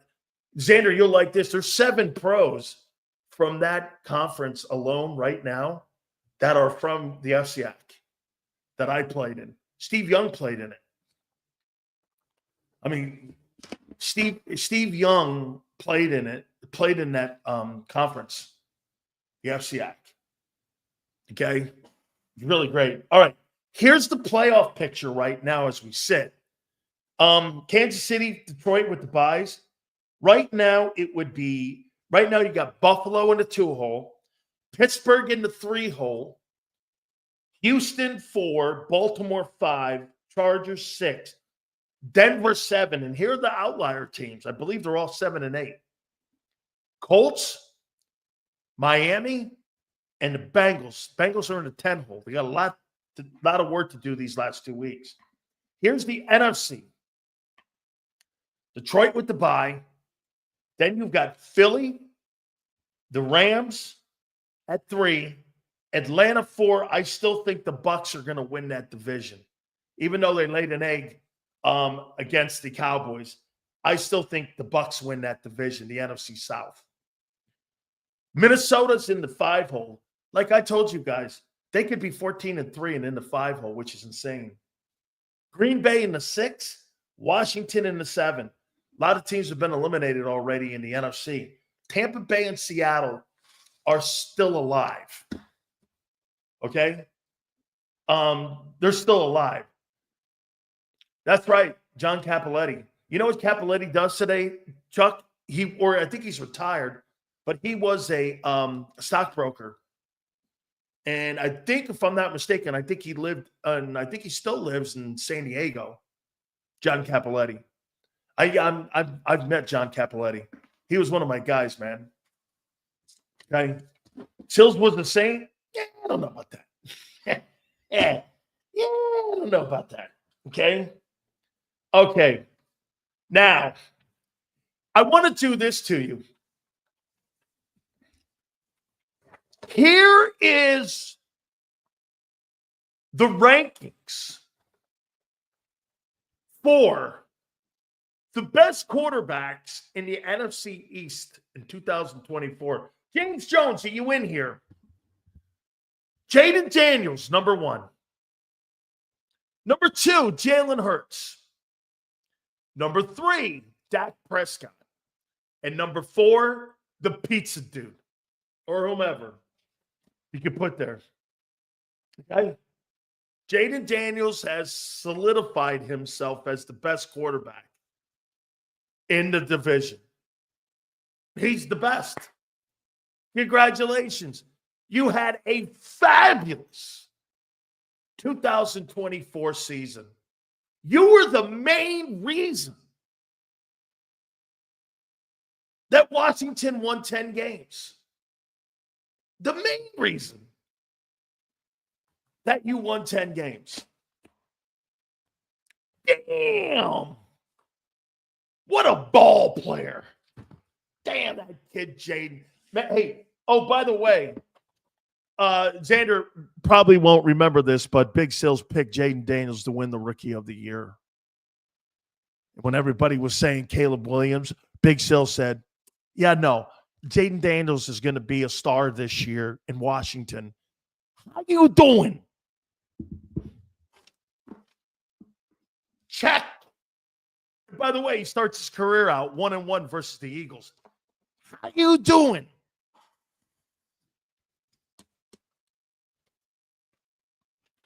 Hey, by the way, what happens if this goes down?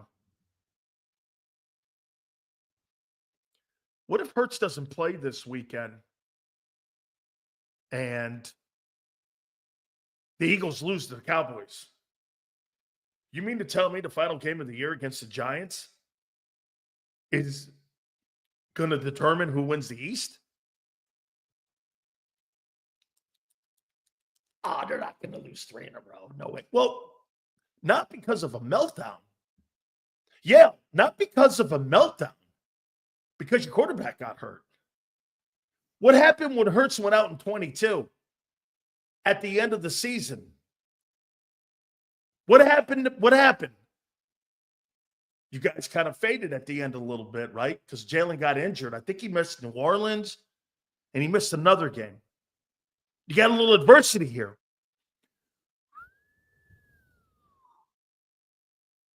Damn! Wait a minute. Look at Senorita here. Look at Senorita against the worst team in the league. Fuck, you almost lost to the team that's the worst team in the league in Carolina. You almost dropped to Carolina, Senorita. Come on, Senorita. You almost lost to Carolina. What are you doing? Come on, man. Come on now. Ooh. Looks like Bob Lang and the Eagles are mad at me for having Angelo Cataldi on, for saying that Howard Esin was asked to leave WIP for another incident. Sorry, but what did I do wrong?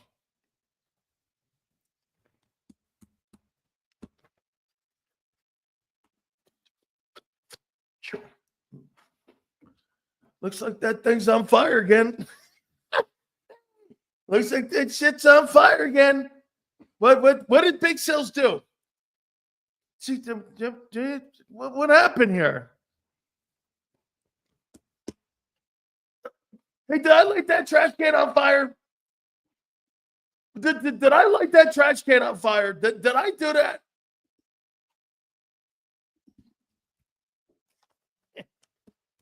Did I do that?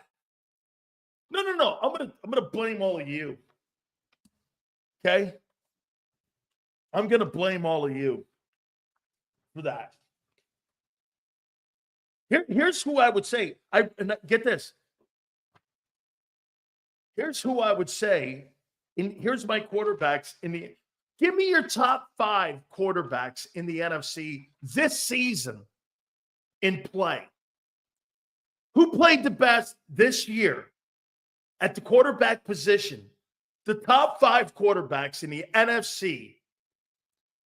Okay? Individually, who are the best 5?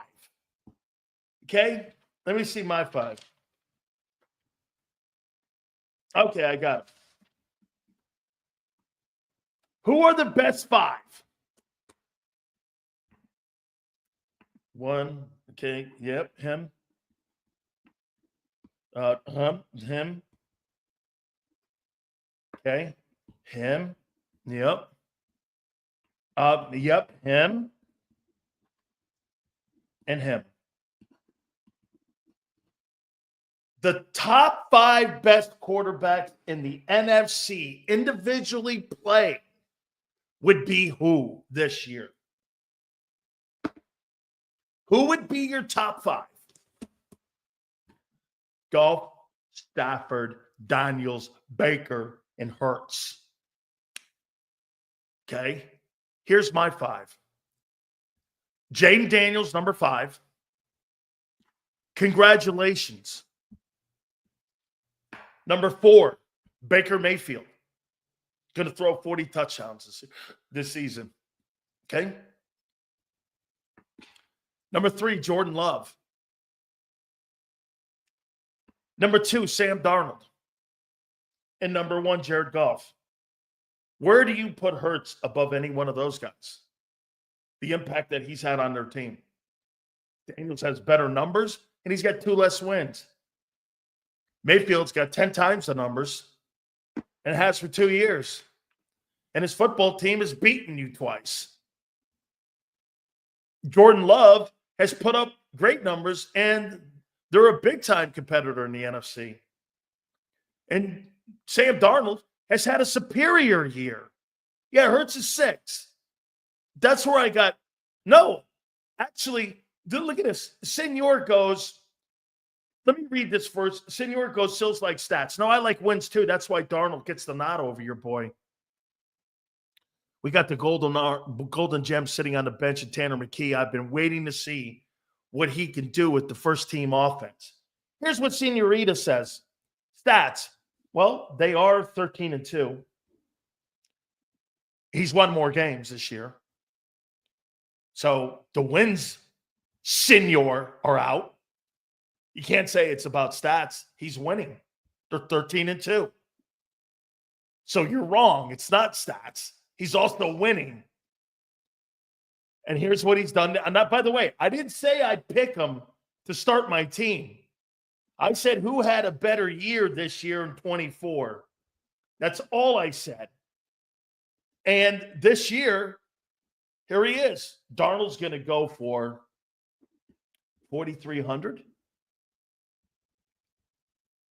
37 touchdowns, 105 rating, and 68 completion percentage.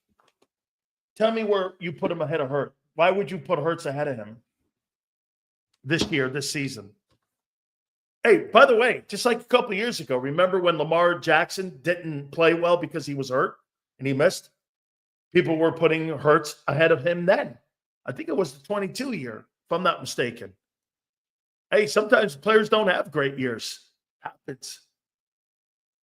Okay? Hurts is not in the top 5 in the NFC this year.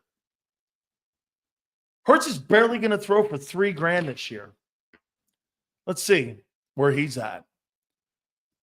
Missing that game has to drop that number even worse. So here's your elite quarterback this year in 2000. Elite! Elite!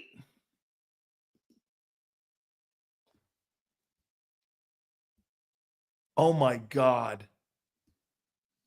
Jalen Hurts is going to throw for 3,100 yards,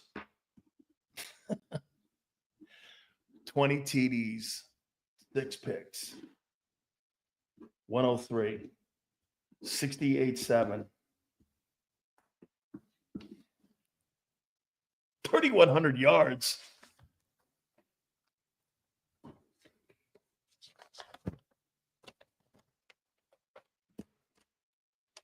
Holy. Hey, one thing too. I said to you, he'd never throw 4K. He never will. By the way, you're paying $50 million for a guy to throw for 3,100 yards with 2 wide receivers like that.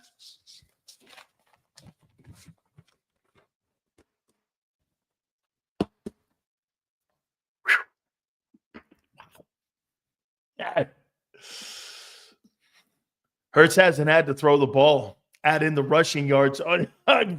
Hey, I know he's a dual threat guy. There's a better chance he's going to lead the NFL in rushing touchdowns and passing touchdowns. I get it. I never said he wasn't a good running quarterback. No, he is. He's just not a very good passing quarterback. He's had 1 game. Damn. 3,100 yards. Holy piss. Okay, let's do this one more time here.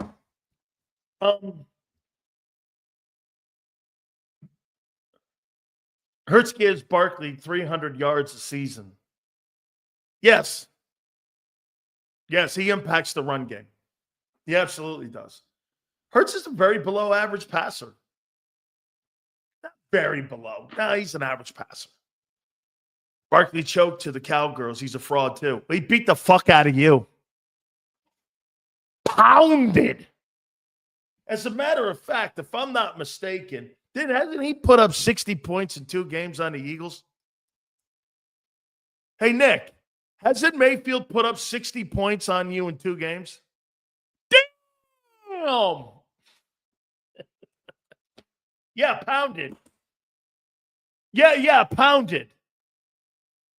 Pounded.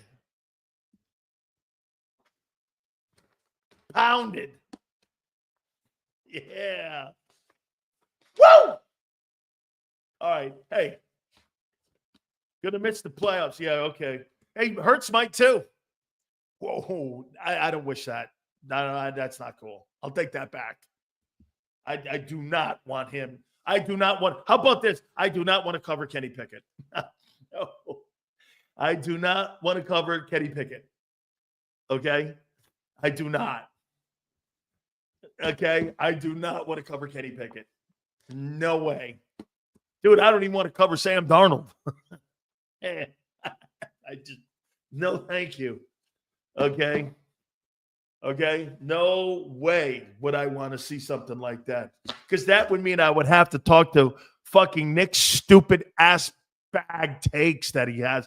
I haven't seen Nick have a decent winner for a take on my X account or on my show. He hasn't had a winning take in about a month. Yeah, pounded. You were pounded in the playoff game, and you were pounded earlier this year. I can't help it, Big C. You like to be pounded. Hey, I can't help that. All right. Man, Sills Hurts a head bounce off the ground hard when he got up. You saw it, right? His eyes. Yeah, I did. That was not cool. Yeah, man, I hope he's okay. I hope he doesn't miss a lot of time, man. I thought he really got – you see the ref? The ref was the guy that said, hey, you need to check this guy. Okay? You need to check the guy. Look at this. Really? I need a T-shirt. My aunt's watching right now. I think I need a T-shirt. Sorry, Aunt Betty.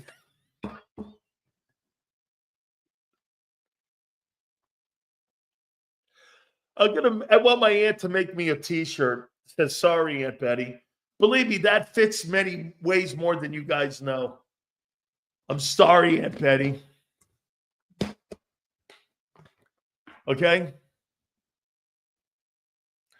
Oh, man. He looked him in the eyes and saw he did. He absolutely did. I'm glad. Hey, you know what? I'm glad they took him out. Now, if they could just do that to Tua when Tua gets hit, guys, the takeaway you had from this game was what? 24 hours removed. Your takeaway from the Commanders' loss is what? Let me write my take down here. Was what? Discipline.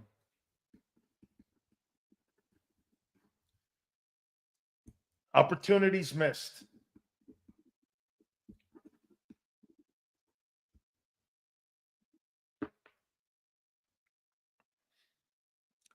Here's where I'll go with it. Jalen Hurts is elite. Yeah, 3,100 yards, 19 touchdowns. Holy shit. This guy plays at Notre Dame. Jalen Hurts, $50 million. All those great talented players, 3,100 yards. I don't know. By the way, slide, son. Slide. You might want to help your team out. Does Buffalo play Allen with broken throwing hand? No. I'd rest him. I'd absolutely rest him. Notre Dame quarterback and Hurts have some similarities. They do. I think also, too, the guy at Army does. You said on X yesterday, the offense is the same with Pickett. Don't lie, Seals exposed. How you doing? Delusional take. Hey, Nick, because you know why? Most of the time, the people on X are fucking idiots and full of shit, and you can feed them shit like you sometimes. And you know what? You'll bite on it. You know why? Because you're all fucking not really smart that would even be real. How could you bite on that? Really? Are you that gullible that you thought that was a real take? Really? And by the way, okay? By the way, you did score 30 points. You did put up 330 yards, and you had the guy in the game-winning situation, your star receiver dropped the ball. But for the record, Pickett played in the passing game as good as Jalen did. The one thing he can't do like Hurts is run the ball. Hurts was 1 for 4. He wasn't out to a great start in the passing game. He was out to a great start in the running game. Jalen Hurts has had one freaking game this year that was decent, throwing the ball. The rest of them have been kind of okay. It was okay. Okay. So you're just trolling? No, not really, because I thought he played very well. And I thought there were times in the game the offense did look decent. No. So you're just trolling? I think, Nick, I have a right to do or say whatever I feel like on my own account and not have to clear it with you. And by the way, once again, I'm not a fucking journalist. I'm an entertainer. I'm a sports talk show guy, not a journalist. Don't confuse that. Don't confuse that. Hurts put up 21 points in the first quarter. Who said they were going to lose? Who said they were going to lose? I don't remember me saying that. Jock. I don't even know what that means. Jock. I don't wear underwear. I don't know what that means. I have no idea what that means. Jock. Hey. Oh, my God. Angelo, man. Holy cow. Woof. Angie. This guy, as the people are saying. This guy. All love, Sills. You get high ratings. It works. Thank you so much. Hey, Nick, we're fucking with one another, dog. You know, happy holidays, dog. Nick gives me a bunch of shit over on my X account, man. Jalen is the best. I love him. He's my main squeeze. Hey, you see Seth Joyner's idiotic take? Now everybody can see the importance of Jalen Hurts. Jalen Hurts' importance to your offense is this. He is an absolute dual threat. And that dynamic is taken away from the offense when he's not in there. But just like 32 other starting quarterbacks, there's also the importance of them being in their teams on their abilities to win. Let me show you this. Kenny Pickett is not a very good player, and he still gave you a chance to win against a pretty decent team. Although, you know what, Kenny Pickett, in my opinion, if Kenny Pickett had played all season this year, you know how many wins I think Kenny Pickett would have? Here. How many wins do you think Kenny Pickett would have this year if Kenny Pickett played as your starting quarterback? I'll tell you.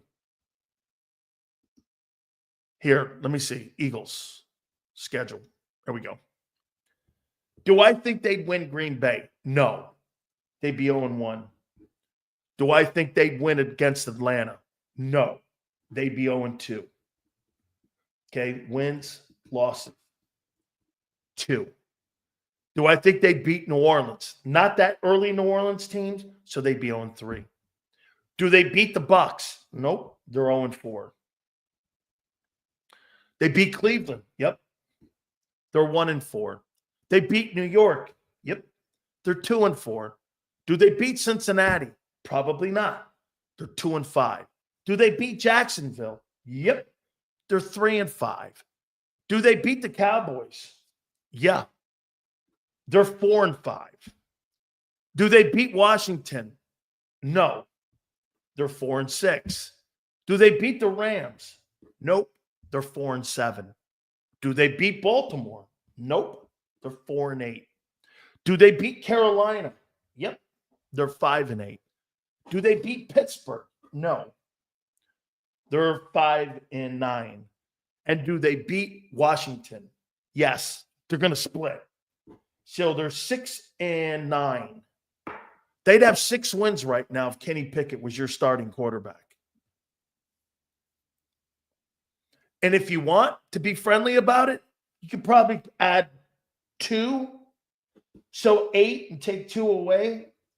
They would probably be right now 5, 6, 7, 8, 8-7. They'd probably be 8-7. Because Barkley would still be killing it. So they'd be 8-7. 9, 10, 11, 12. They'd be 4 less wins without Hurts. So they'd be about 8-7. Still a winning team. I'm not saying you're going anywhere with Kenny Pickett. But, okay. Yale, right? Yale, what'd you think? About 8-7? If Pickett was your starter? You'd be about 8-7. Because of Barkley. You know, with any luck, you'd be 9-6. Or, with bad luck, you know, you could be 7-8. Okay? Kenny Pickett was in the playoffs last year, beating your own point cells. He'd have $4,000. I don't know about that. I don't know that he would. Dude, Kenny Pickett is okay. I mean, you think Kenny Pickett's a 4,000-yard passer? I don't know about that. Like, so you think he could do the same thing in Minnesota that Sam Darnold's doing? I'm not buying that. Okay? I don't know those skills. I don't think Barkley would be where he is now. You saw yesterday after Hurts left. It's a great point. It's a great point. You're right. Because the dynamic of the run game would be gone. Okay? Yeah. Wild card for sure. Out in the first round with Pickett. Yeah. That's right. That'd be correct. Yeah, I'd say that. But he'd win you some games. Jaden Daniels right now is on pace for the Commanders for 3,843 passing yards and 26 touchdowns with a 101 rating. Hurts is on pace for 3,100 yards and 21 touchdowns. Damn. And he's got 10 wins. Way to go, Jaden Daniels. Are you concerned about the defense?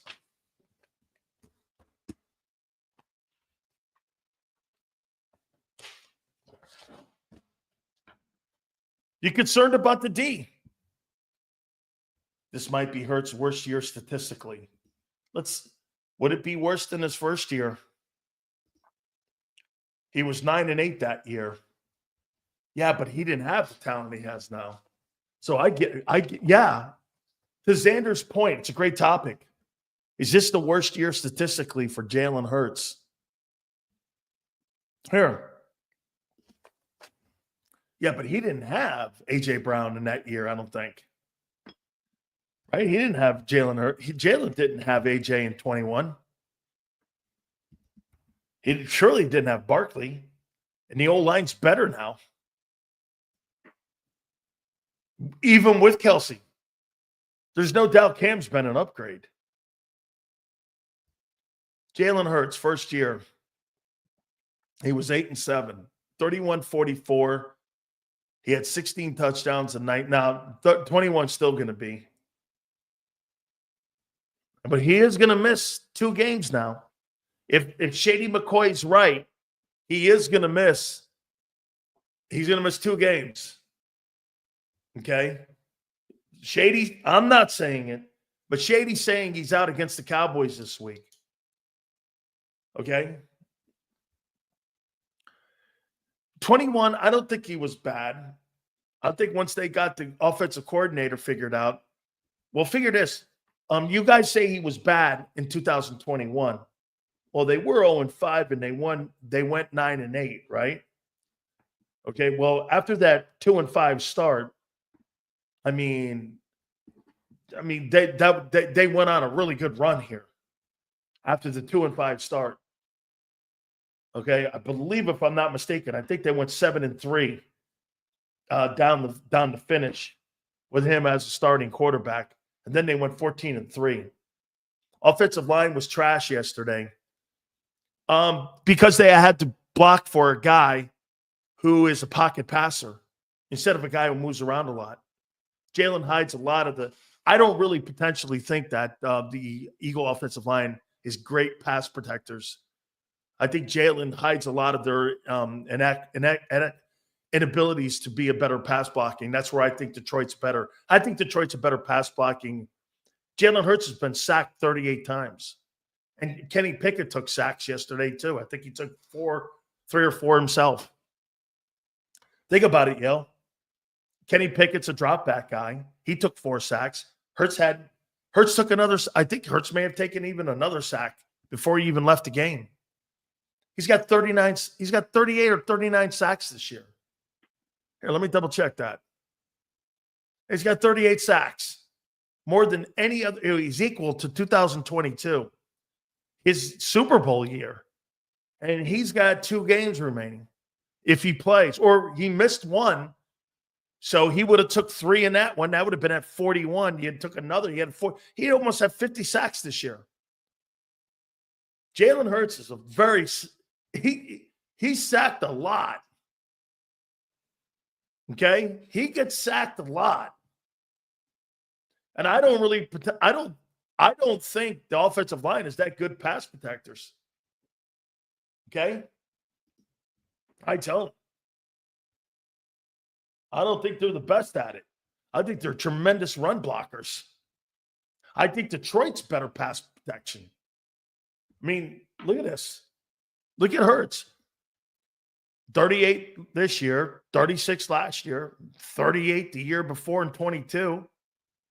Even in 21, he had 26. He ran more, though, and that's why you see that number down. Jalen Hurts is average. He averages about 38 sacks a year. I mean, here, 38 sacks a year, and with 2 games left, and if he doesn't play, so let's take a look at this. How many sacks a game is that? You tell me if you have good pass protectors. Jalen Hurts is averaging about 3 sacks a game over the last 3 years. You think taking 3 sacks a game is good? Not divided by 17 because he doesn't play 17. Okay? Last year he played 17. And he was sacked 38 times.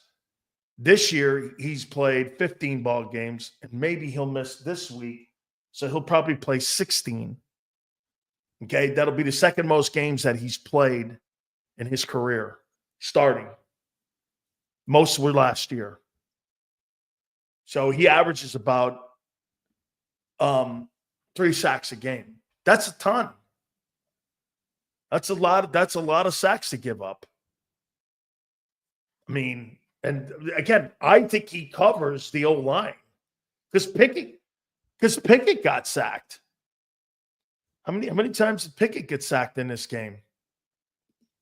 It didn't really matter if it was Pickett or if it was Hurts. The offensive line gives up pressures.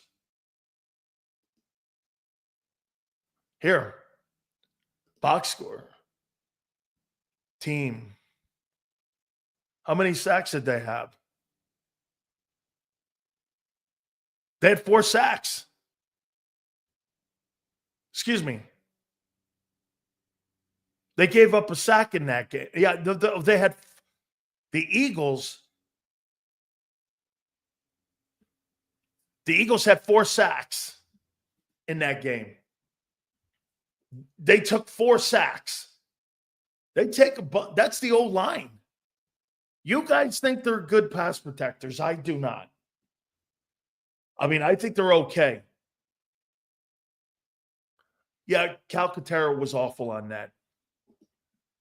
How could anyone say the Eagles' O-line is good, but such as pass protection, they give up a ton of sacks? I'm not telling you something that's not true. Okay? You give up a ton of sacks. How is that not true? Senor, how is that not true? You give up fucking 3 sacks a game.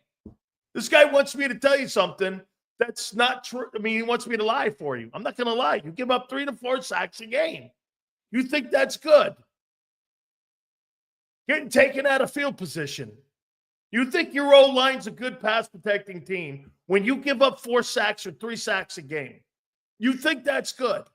Senor, do you think that's good?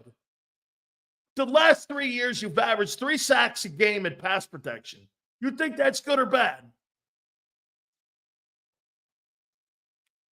Then Senor won't answer it. You keep telling me you have the best O-line in football. How do you call yourself that when you give up 3 sacks a game? It doesn't matter if it's Pickett or if it's Hurts. Senor, do you really think you have the best O-line in football next to better than Detroit when you give up 3 sacks? Okay? Senor, you're right. I'll tell you this, though, Senor. They are the best run blocking team. There ain't no getting around that. That, you got me on, Senor. You got me there, brother. That football team can run the shit out of the football, brother. Hey, guys, I would say this to you about that game yesterday. Box of rocks. A lot of circumstances played into that bullshit. I wouldn't concern myself. I would be concerned about the discipline, though. Hey, listen, we're going to do a show tomorrow, 10 o'clock, I believe, a.m. Eastern. So make sure you guys check it out. We're giving away the Jerome Brown jersey tomorrow. I'm going to be promoting the shit out of that on my X account, too. So I want everyone to get registered. Right, Xander? Everyone has to be registered. All you have to do is just click the subscribe button, and you get an opportunity at winning this thing here. Please do that. Stay tuned for Pat. I'll see you guys on Christmas Eve tomorrow. Thank you so much. Please hit the like button. Big C, Big Joe, thank you very much. 10 o'clock tomorrow morning, we're going to do an hour on Christmas Eve, and we'll see you on the flip side.